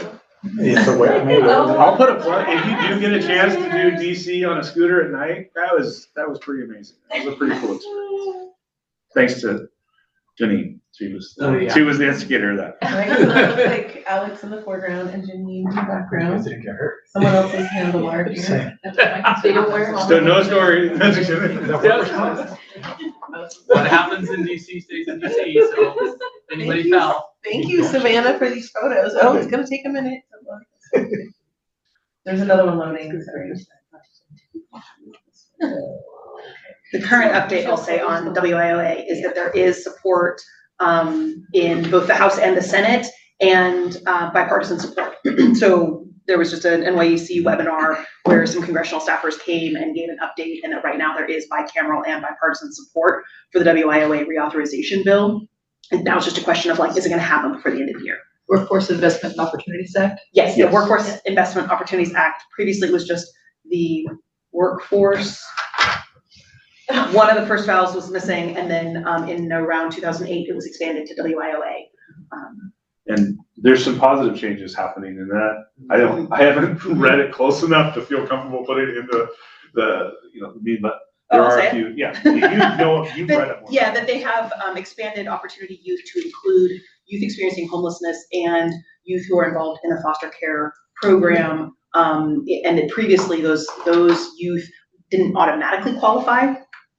They needed to meet eligibility requirements elsewhere, and so that it is good that there is that expansion, and that's why when we're talking about a potential change nationally to the term Opportunity Youth, that those additional youth are now being included in WIOA language that's likely to trickle down. That's amazing. And you say, because I asked this question, but I think that's a good explanation about the juvenile justice piece. The juvenile justice youth impacted by juvenile justice systems are not included in the definition of Opportunity Youth, and our understanding is because they are considered in school or otherwise, and mostly because they're considered in school. And to add to that too, one of the things you'll see as we're rolling things out, you've already seen it. Some people have already started seeing us use the language "youth furthest from opportunity" because of that definition around opportunity. It's very specific, very focused population. A lot of our grants and a lot of the work is broader than just that, and so we will start to see it kind of expanding the youth a definition around youth furthest from opportunity in that work that we're starting to implement into that side. And Brian, we probably should talk a little bit about the conversation. We didn't cover it, right? Awesome. Savannah had just another comment or two on the chat, awesome. right? Unless you want to unmute, Savannah, I will read it. Savannah said, Andy and I saw so many Native people, we would notice them and instantly know because of their ribbon skirts and jewelry. Another comment, being in DC during the debate was an experience. Oh, yeah. Okay. For the comments. All right.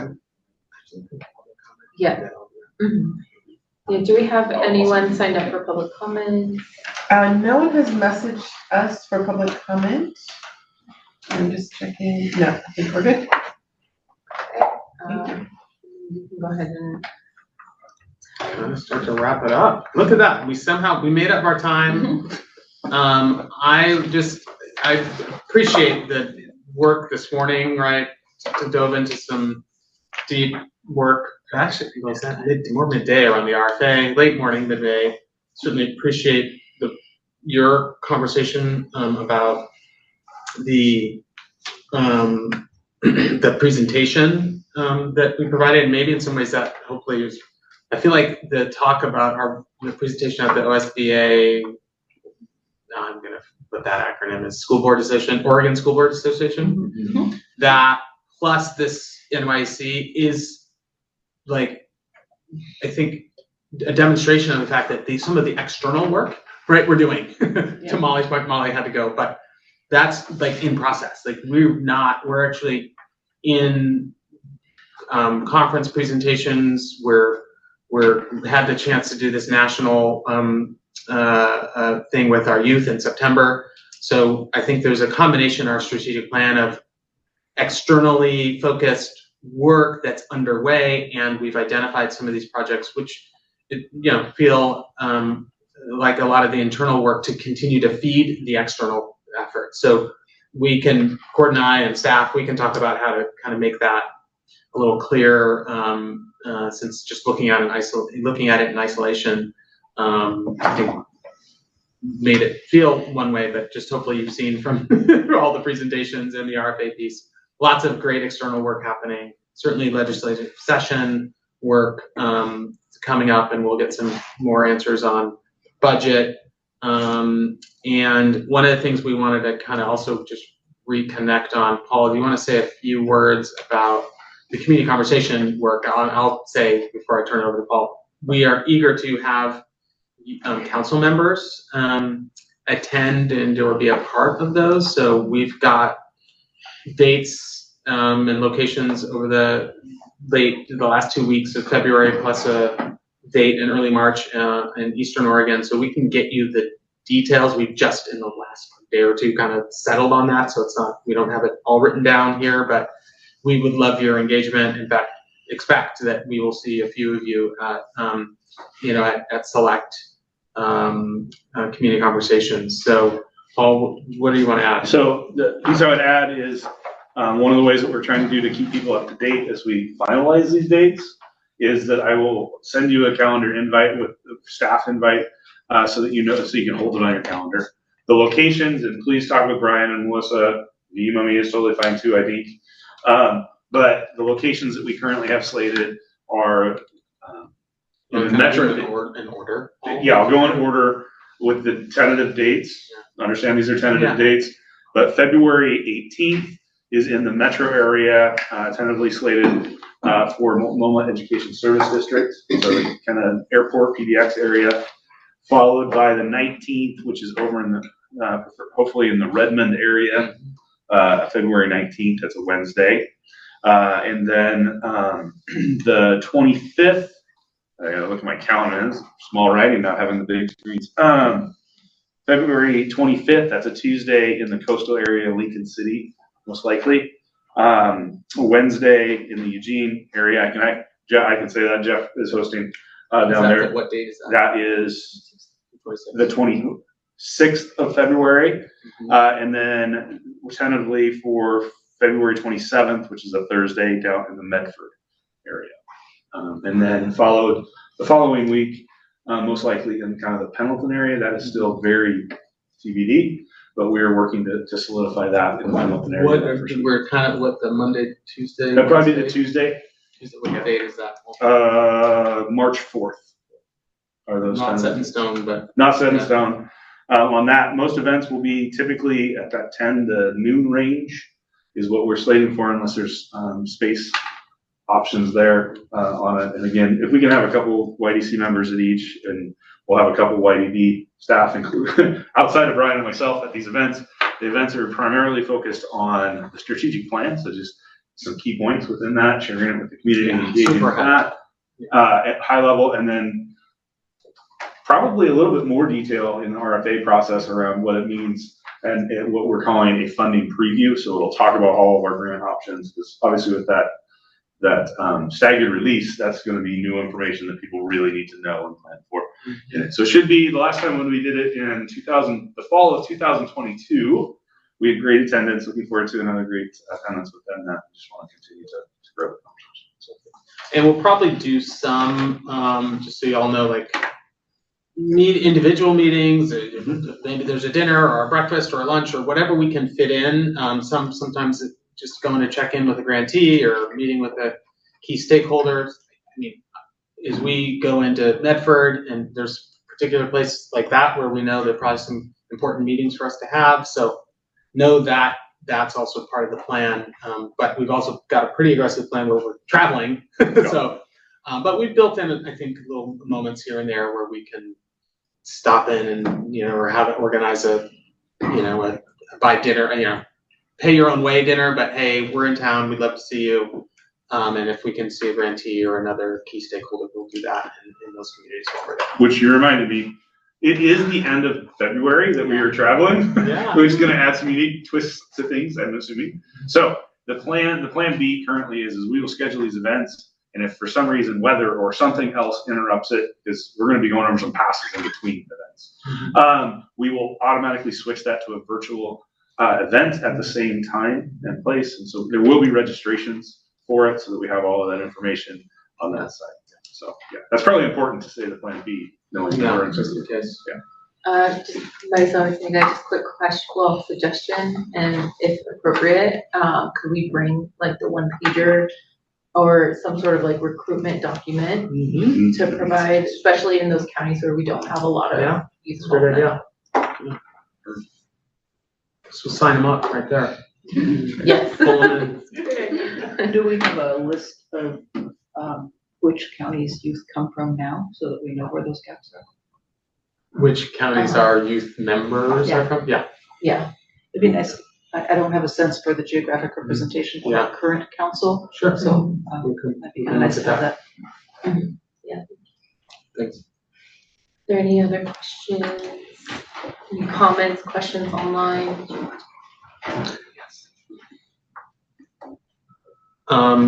One other note, I was just I feel like I was like on stage and Abe just handed me a note that I read, and I'm reading the note, pretending here, and the note says, "This is Maricela's last meeting." Officially.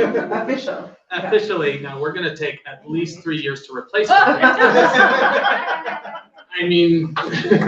Maricela has served 2 terms. Yes, Two, exactly. that's what we're celebrating. Yes. So, Maricela, our chair, fearless leader, we really appreciate all that you've done and will continue to do for youth and families. And you've been a great partner. So, impossible to replace. Oh, thank you. I thought I was in the clear. I